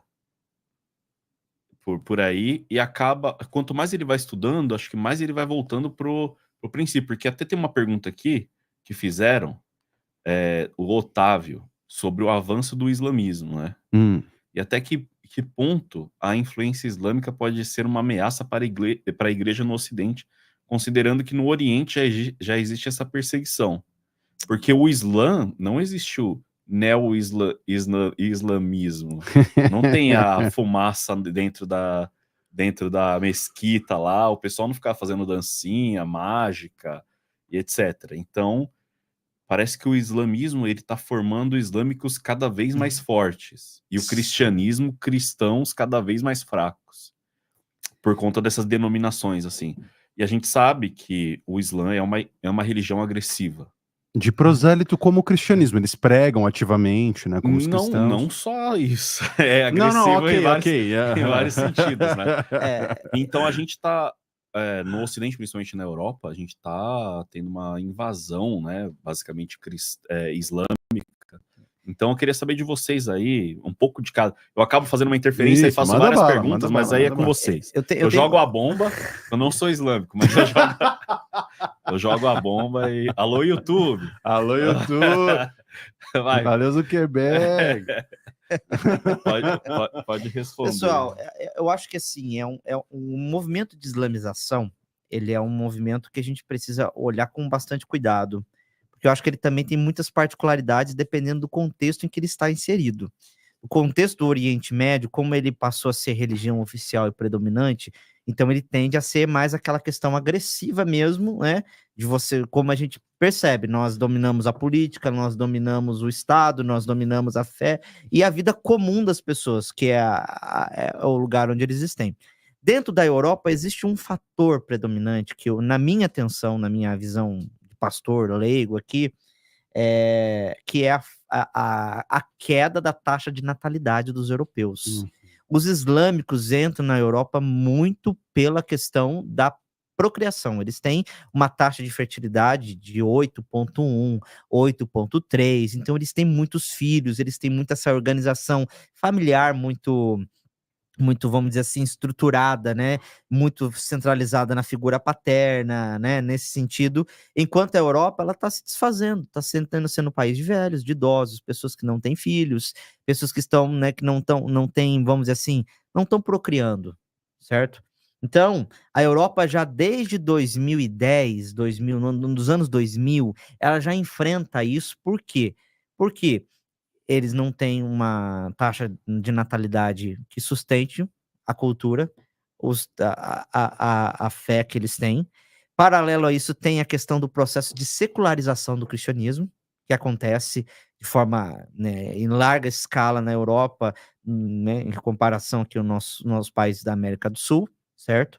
E também, você tem aquela ideia de você receber imigrantes para poder fomentar a economia, Então, e os árabes, eles têm muito, né, tem uma cultura muito rica, tem muito dinheiro, então eles acabam adentrando e ganhando espaço e fomentando isso. Então, eu acho que é uma particularidade europeia. A gente não pode né, copiar e colar o mesmo padrão para o Brasil. Brasil, a gente vê um crescimento de algumas questões do Islã, de conversões da fé islâmica, mas não naquele percentual tipo, uau, entendeu? Uhum. Você vê ainda que a maior parte da população é cristã, seja evangélico ou católico. Você pega o censo, você vai ver que a maior parte das pessoas, ela é cristã. E quem você vai ter conversões pontuais, você vai ter movimentos ali de pessoas que saem do cristianismo e vão para o islamismo? Tem, já vi. Por quê? Aí a gente precisa estudar para ver, porque são casos, né, por exemplo, de realmente de convencimento, de pessoas que tinham bases da sua fé cristã fracas, ou é apenas aquele cristão nominal, que apenas foi criado dentro da igreja, frequentou a igreja, porque é assim que foi, eu acostumei, né? A gente falou do cristão católico. Eu fui batizado, eu fiz a catequese, fui crismado, certo? Dentro da igreja, eu casei dentro da igreja, certo? Então, faz aquilo simplesmente por uma questão de tradição. O que era muito comum, por exemplo, na Europa do século XVII, seja com os puritanos na Inglaterra, seja com os países na Península Ibérica, né, como Espanha, Portugal de maioria católica ou Itália, porque é uma questão tradicional. Você encontra, a gente recebemos aí um pastor missionário que está lá plantando uma igreja presbiteriana na Itália, e ele estava falando lá de um pastor, de uma pessoa que era ateu, confesso, né? E ele queria ser membro da igreja presbiteriana, porque os pais deles eram membros da igreja presbiteriana, e ele fazia questão de ser membro, mesmo que não acreditasse na Bíblia, mesmo que não acreditasse em Deus. Mas eu sou presbiteriano. Entendeu? Então a gente vê, por exemplo, talvez, né, olhando para essas pessoas que se convertem, pessoas que adentram o movimento evangélico, um movimento dentro da igreja católica, com esse tipo de pensamento. Eu nasci aqui, essa é a religião que eu recebi dos meus pais, muito naquela ideia de mimeses ainda, então cultural, mas não tem aquela questão do discipulado. Eu sou um discípulo de Cristo. Eu entendo que isso significa ser membro de igreja é muito mais do que uma questão cultural, uma questão familiar, é um compromisso que eu tenho com o meu Salvador, com o meu Senhor. Entendeu? Se a pessoa realmente tem esse compromisso, ela pode ser tentada pela questão da doutrina islâmica, pelo aquilo que o islamismo oferece, né? E assim, é bem distinto, né? A gente vai avaliar uma teologia da outra. Às vezes a gente tenta partir das similaridades, mas não tem, né? São poucas as similaridades que a gente vê nesse sentido, né? Uhum. Mas eu acredito que é isso. Eu acho que a islamização da Europa se dá pelo fator de natalidade. É uma religião muito mais étnica lá, Muito, né? e eles têm assim, entendeu? são agressivos, né? No sentido de não no sentido que prosélito, né? Você fala. eles ensinam as crianças, eles ensinam a ler o Corão, eles ensinam a tradição deles com muito vigor. E aquilo é realmente inculcado na mente das crianças, que eles vão fazendo a mesma coisa. E eles vão crescendo. Então, natural, eles têm vamos dizer assim, uma vibe voltada para o ensino, para catequese nesse sentido, para o catecismo, para catequizar, para poder formar um bom muçulmano, formar dentro da fé islâmica, entendeu? Então, isso, né, e eles, por terem um fator econômico muitas vezes influente, acabam adentrando na Europa, acabam adentrando essas questões e se multiplicando lá dentro. Uhum. Né? Eu tenho alguns amigos que saíram daqui do Brasil, graças ao jiu-jitsu, para dar aula nos Emirados Árabes. Então tá lá em Dubai, dá aula para o pessoal. Lá teve um incentivo muito grande do governo para a questão de esportes, né? E aí, a arte marcial é brasileira, eles foram para lá. E eu estava conversando esses tempos atrás com um dos professores, faixa preta daqui, foi para lá. Ele estava comentando que as preocupações dos meninos lá, né, em detrimento daqui, né? Então, enquanto uma menina de 16 anos brasileira tá preocupada, pô, o que eu vou fazer de faculdade? Eu não sei e tal, roupa, cabelo, esse tipo de coisa. A menina lá de 16 anos tá preocupada com casamento. Daqui a pouco ela vai se casar. É uma cultura completamente diferente. Exato. Então, assim, daqui a poucos anos ela vai se casar, vai ter os primeiros filhos. E é o que você comentou, uma menina dessa tem 6 filhos, 8. Enquanto a menina daqui, na melhor das hipóteses, vai ter 2. Não. Então não tem como você não suplantar isso matematicamente. É uma mera questão de crescimento vegetativo. Exato. né? E aí a Europa, ela tende a perder muito dessa característica cultural que hoje ela tem, ela vai sendo substituída e ressignificada. Então, realmente, a gente tem que ter um olhar diferente, até porque a Europa vai atrair muito mais gente do que o Brasil, convenhamos, né? Com certeza. Questão econômica, eu acho. Desenvolvimento, né? Sim. País, né, que tem né? Essa questão econômica, mas tem um outro porém, que eu acredito que eles vão também por conta dessa questão econômica, porque no Brasil, pô, tá ruim pra gente, né? Imagina pra eles. Só que, por exemplo, um fenômeno que eu observei, eu e o Gabriel, a gente foi, ao montar esse estudo, a gente foi pro Paraguai pra comprar, né? Porque no Brasil é proibitivo você comprar equipamento de som, de áudio. E lá a gente vê bairros inteiros de muçulmanos já. Tipo, ali em Foz, a comunidade muçulmana lá é muito grande. Eles têm negócios no Paraguai, moram em Foz, porque deve ser mais seguro e tal, mas empresas ali no Paraguai, cara. Então, pô, a gente ficou ali em Foz, fui tentar comer alguma coisa, era só restaurante árabe, comida árabe, pessoas vestidas, né, com as indumentárias lá, árabes. E outra coisa também, que até o Paulo pontuou aqui no comentário, que essa galera do Islã, por incrível que pareça, eles são bem abraçados pela essa agenda woke, né? Tipo, essa galera LGBT, eles, pô, principalmente o movimento da Palestina, etc. Eles estão muito respaldados por toda essa galera, né? Porque assim, né? Porque como a agenda woke, ela é uma agenda anticristã. Né? Antes de tudo. É uma agenda anticristã. O nosso foco é bater os pilares patriarcais do cristianismo, que desenvolveram a nossa nação, que desenvolve a nossa... Então, tudo aquilo que é diferente, que não vem de uma mesma raiz do cristão, de uma mesma linha, para eles vai ser abraçado, porque nós temos um inimigo em comum, entendeu? Nesse sentido. Mas você falou aí, né, da questão do... Né, há muita migração de muçulmanos no nosso país, nos países da Europa, e eles levam essa cultura de trabalho, de prosperidade nesse sentido, né, familiar, né, e isso vai fazendo com que cresça mesmo cada vez mais, né? Não, e nós temos que pregar também para os islâmicos. Eu também tenho que falar, né? Nem todo muçulmano tem aquela vibe, né, de terrorista, né, nesse sentido. Claro, claro, a maioria é pacífica. A maioria deles são até abertos a, né, conversarem muito sobre o evangelho, mas realmente são duas religiões distintas nessa questão. Sim, sim. Apesar de apontarem para um mesmo tradicionalismo, né? Que tem essa coisa, né? É uma religião abraâmica. Os pilares do islamismo, eles são muito... É aquilo que a gente fala, das obras, né? A gente tem que fazer por merecer.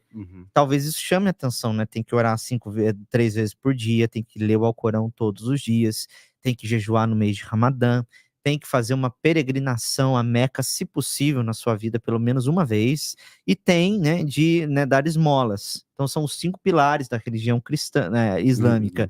Então, eles baseiam muito nessa questão, né? E isso chama a atenção do brasileiro, chama a atenção do ser humano, essa ideia de autonomia, eu fazer por merecer. Eu construí o meu caminho, eu cheguei até aqui diante de Deus.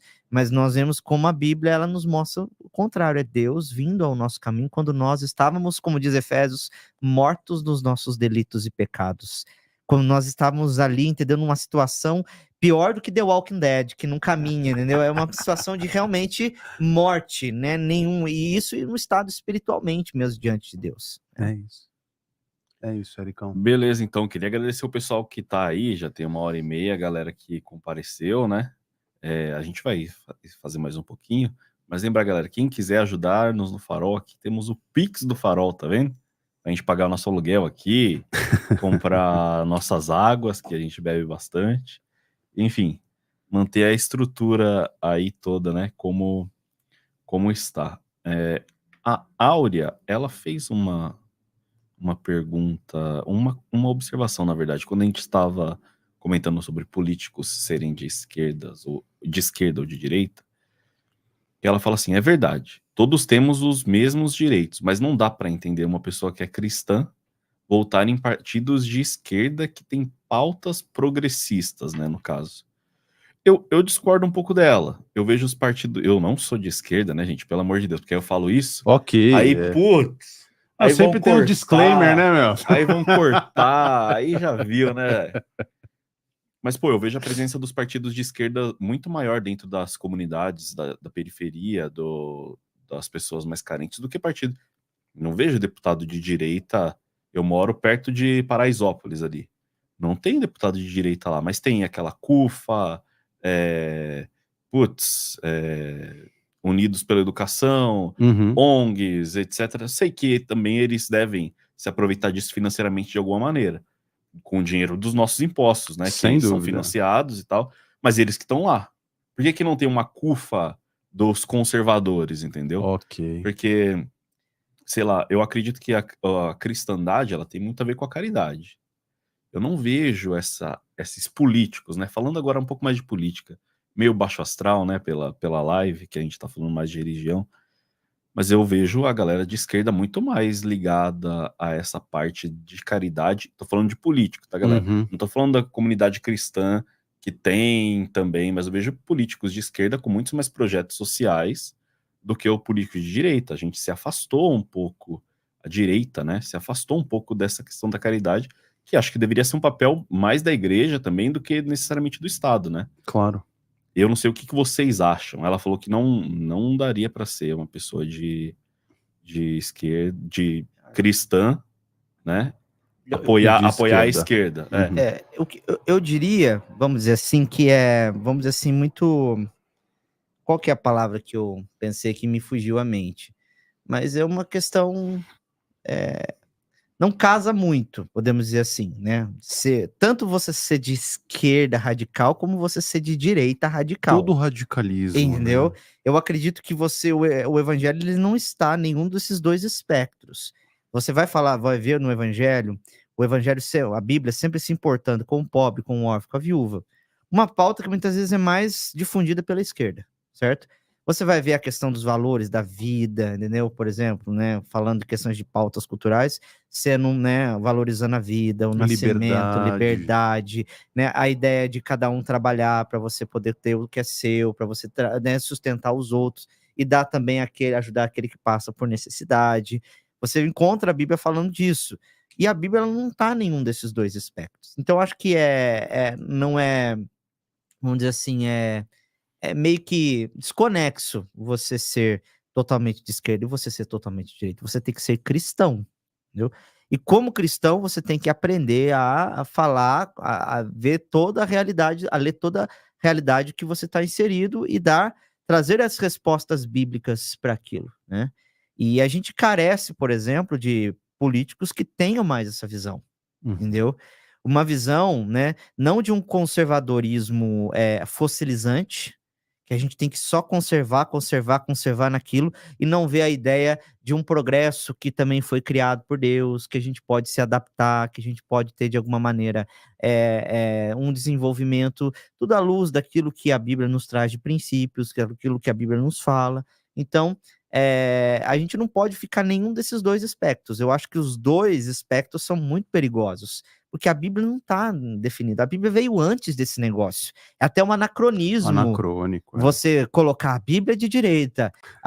Porque fulana... Não tem como. A gente é cristão. E como cristão, nós temos de ter uma participação crítica no mundo.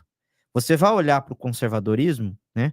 E você vai dizer até que ponto nós caminhamos aqui, né? Você vai olhar para a questão das pautas da esquerda, por exemplo, até que ponto isso cola com o evangelho? Convém eu ser isso, né? Convém eu caminhar nessas duas? Então, eu acho para mim que eu não estou falando de centrão, nada dessas coisas, mas tá fazendo esse papel crítico da vida, da política que a gente tem que ser. Um bom cristão é aquele que tem um papel crítico na sociedade. Ele olha todas as coisas, vê o que a Bíblia diz e eu vou votar de acordo com aquilo que a Bíblia, a palavra de Deus fala. Claro, claro. Né? Então, é muito dessa questão que eu vejo. Então, a Bíblia não é de esquerda, não é de direita, cristão não deve votar de acordo com os seus princípios bíblicos. Exato. Uma coisa assim, quando a gente pensa na esquerda clássica, a gente pensa naquele livrinho lá, Engels e Marx, Manifesto Comunista. Então, assim, a esquerda tradicional, pensada sob esse Econômica, viés, né? ela é uma esquerda que, isso está no Manifesto Comunista, eles são contra todas as verdades eternas. Isso está escrito lá, é Marx e Engels, não é, eu estou só citando. Exatamente.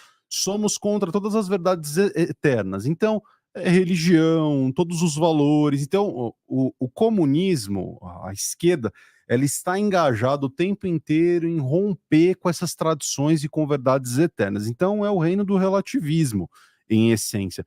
Então, você ser tradicionalmente de esquerda, comunista ou socialista, Não é não compatível. coaduna com o evangelho, Não, de tá? maneira Então, nenhuma. assim, eu sou contra também, a gente até conversou uma vez a respeito disso, que tem um teólogo, gente boa aí, que ele foi no Mises Brasil, eu estava lá, eu frequentava o Mises na época, e ele disse que Jesus Cristo era de direita na ocasião da eleição do Bolsonaro.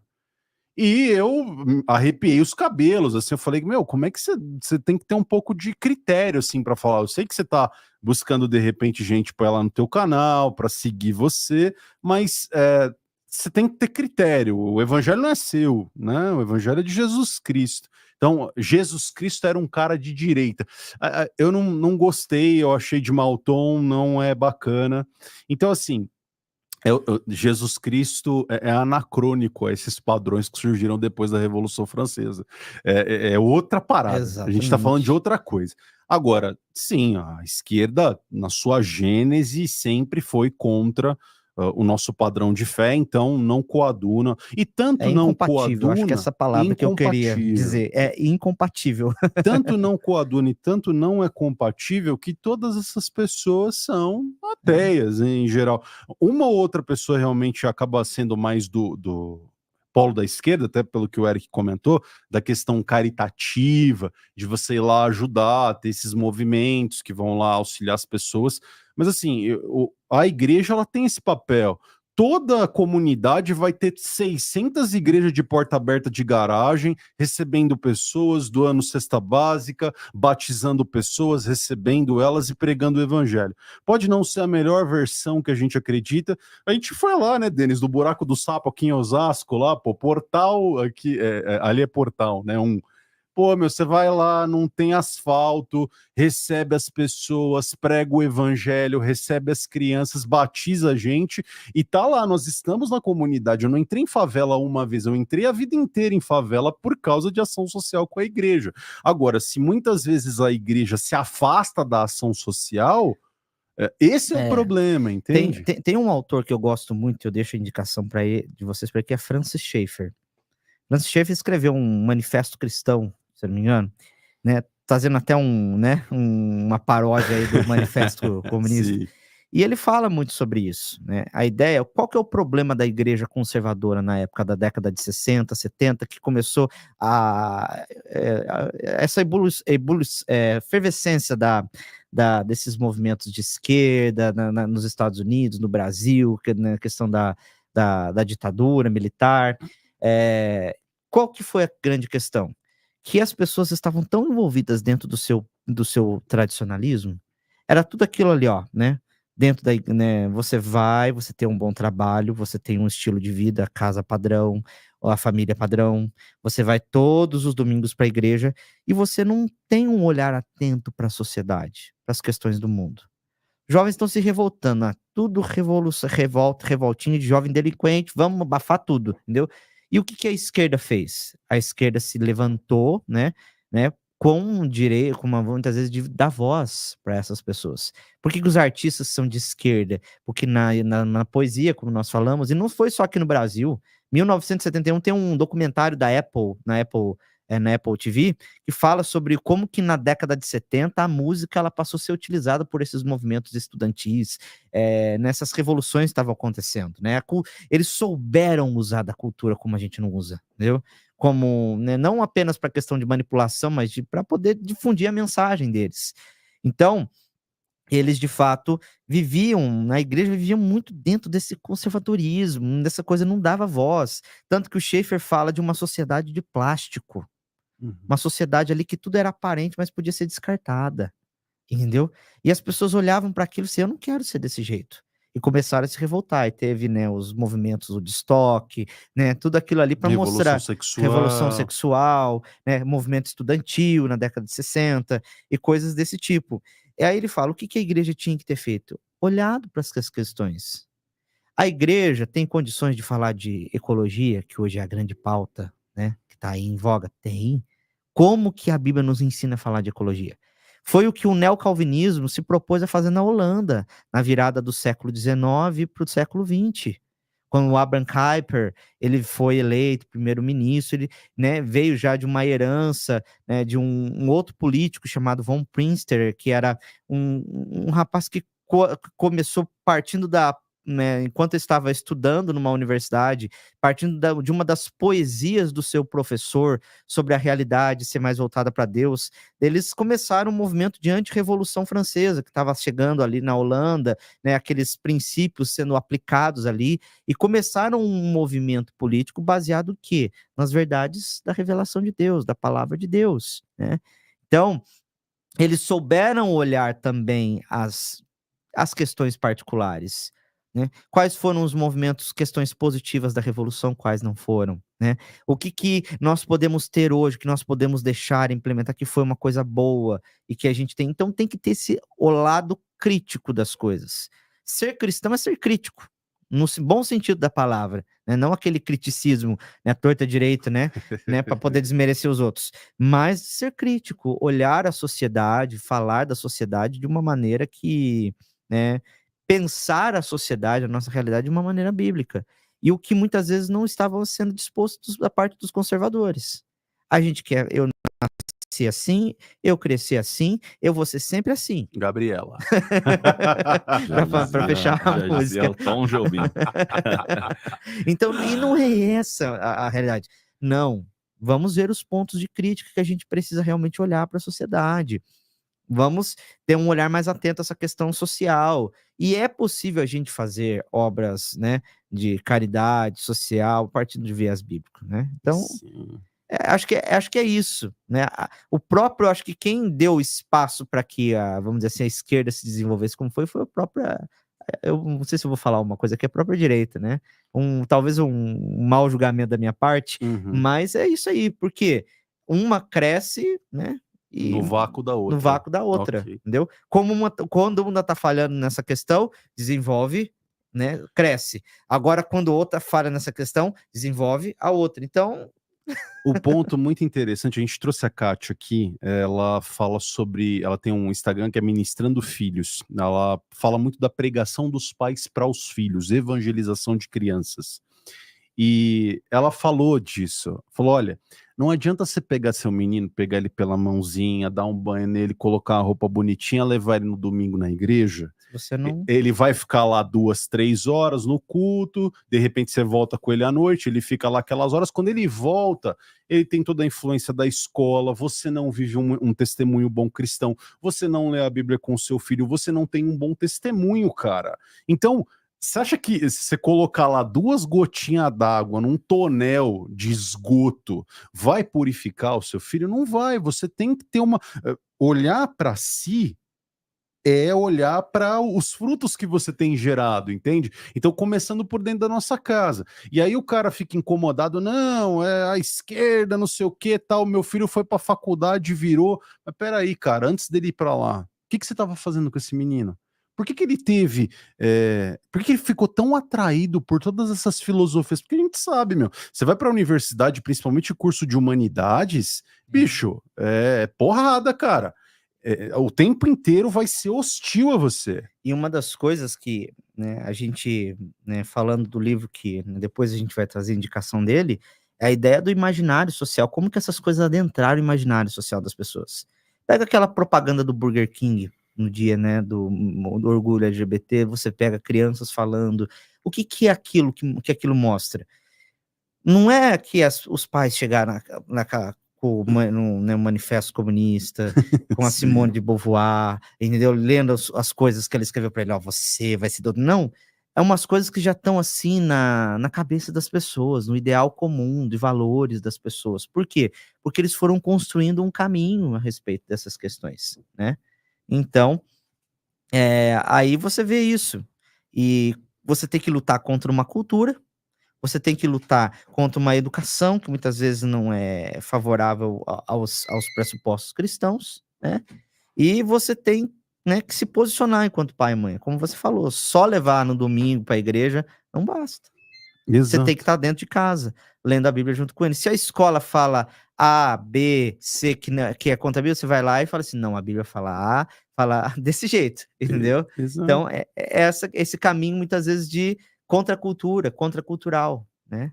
Orientação mesmo, né? Discipulado. Olhar para dentro de si, porque às vezes é uma questão que ela também trouxe nesse ponto, que assim, você orientar o seu filho nas questões que ele tem mais dificuldade, do ponto de vista teológico, hermenêutico, ele vai ter as dúvidas na cabeça dele. Então, quando você fortalece esse ponto, o resto parece ter mais coesão, né? Sim. Então, quando o menino chega na universidade hoje, e a cabeça dele é remexida lá, o cara vai ter visão de Bourdieu, de Foucault, escola crítica de Frankfurt, vai ter lá Sim. Marcuse, enfim, vai ter todo esse nível de conhecimento que vai ser muito amplo. Pô, o cara, ele tá lá na Universidade de Direito, ele tá tendo acesso a Foucault, assim como o cara das ciências sociais, assim como o cara da filosofia, e assim como o cara da história. Então, ele vai ter acesso a esse tipo de mensagem de qualquer maneira. Mas só quando a gente. Mas perceba que não é só quando ele entra na faculdade ele vai ter acesso a essas pessoas, né? Exato, as Mas ideias antes dele já estão na cabeça das pessoas. é o exemplo da criança que você deu, da propaganda. Por exemplo, né? A gente vê muito isso. Então, por que a gente tem que ter esse olhar atento, de estar presente, né? De ser pais de verdade, né? Pais que chegam lá, que caminham junto, que leem a Bíblia com seus filhos, que estudam a palavra, que levam a sério, né? Que estão numa igreja séria, entendeu? Onde a palavra de Deus ela é pregada de verdade, não é só tá lá apenas pelo modismo, pelo sentimento, Oba-oba. oba-oba. É educar uma geração de crianças, de fato, a serem discípulos de Jesus, mais do que simplesmente serem cristãos nominais. É verdade. Eriquíssimo. Bom, senhores, eu acho que é isso por hoje, né? O pessoal não tem mais dúvida, é isso aí. Fechou. Quase 2 horas já de live. Agradecer aí todo mundo que compareceu. Essa live excepcional hoje, né? A gente não tá acostumado a fazer Na quinta. nesse horário, mas agradecer aí a presença do pessoal, o pessoal que vai assistir depois, né? E se os senhores quiserem fechar aí com alguma mensagem, alguma passagem, Fala do livro. com vocês. Ah, tem os livros aí também. Bem, pessoal, a gente, como eu falei para vocês no começo, nós somos pessoas que se montam nas costas dos gigantes para poder falar, né? Então tem pessoas muito melhores, muito mais com rigor acadêmico, né? Com experiência de vida muito maior do que eu, né? Do que a minha geração, mas é desses que a gente tem que falar, né? A gente não veio para falar da gente. E eu gostaria de indicar um livro que tem sido assim muito bom, né, para nós, que é esse A Ascensão e o Triunfo do Self Moderno, publicado pela nossa editora Cultura Cristã, editora da Igreja Presbiteriana do Brasil, né? Mostrei para a câmera que eu vou dar aqui, ó, um zoom aí. Peraí. Tá, joia. E ele é de um professor chamado Carl Trueman, que ele é professor, né, no seminário, e ele fala com muita propriedade a respeito dessa geração, né? Ele procurou fazer uma tese para nos responder como que nós chegamos até aqui hoje, né? Por que nós estamos assim, como nós devemos lidar com essa geração. Então ele utiliza de pessoas que nós falamos aqui como, né, filósofos como Charles Taylor, sociólogos como Philip Rieff, e ele vai trabalhar também visões, né, como que a Revolução Francesa impactou a nossa geração de hoje, né, como a filosofia traz os seus impactos para nós, né, a filosofia mais moderna, a psicologia, a psicanálise, e ele delinea aqui um perfil, né, desse self moderno, dessa pessoa que nós somos hoje enquanto sociedade, enquanto indivíduos, né, que domina, né, na nossa esfera social. E ele faz uma leitura voltada para cristãos. Uhum. Por quê? Especialmente cristãos evangélicos. Ele vai falar aqui dessas pessoas, como que nós, enquanto igreja, podemos lidar com isso, né? Como que nós somos chamados a lidar com isso. É um livro denso, né? De quantas páginas aqui são? Um tarugo aí. Né? São de mais de 400 páginas, né? Mas é bom, 450 páginas, vale a pena. mas vale a pena.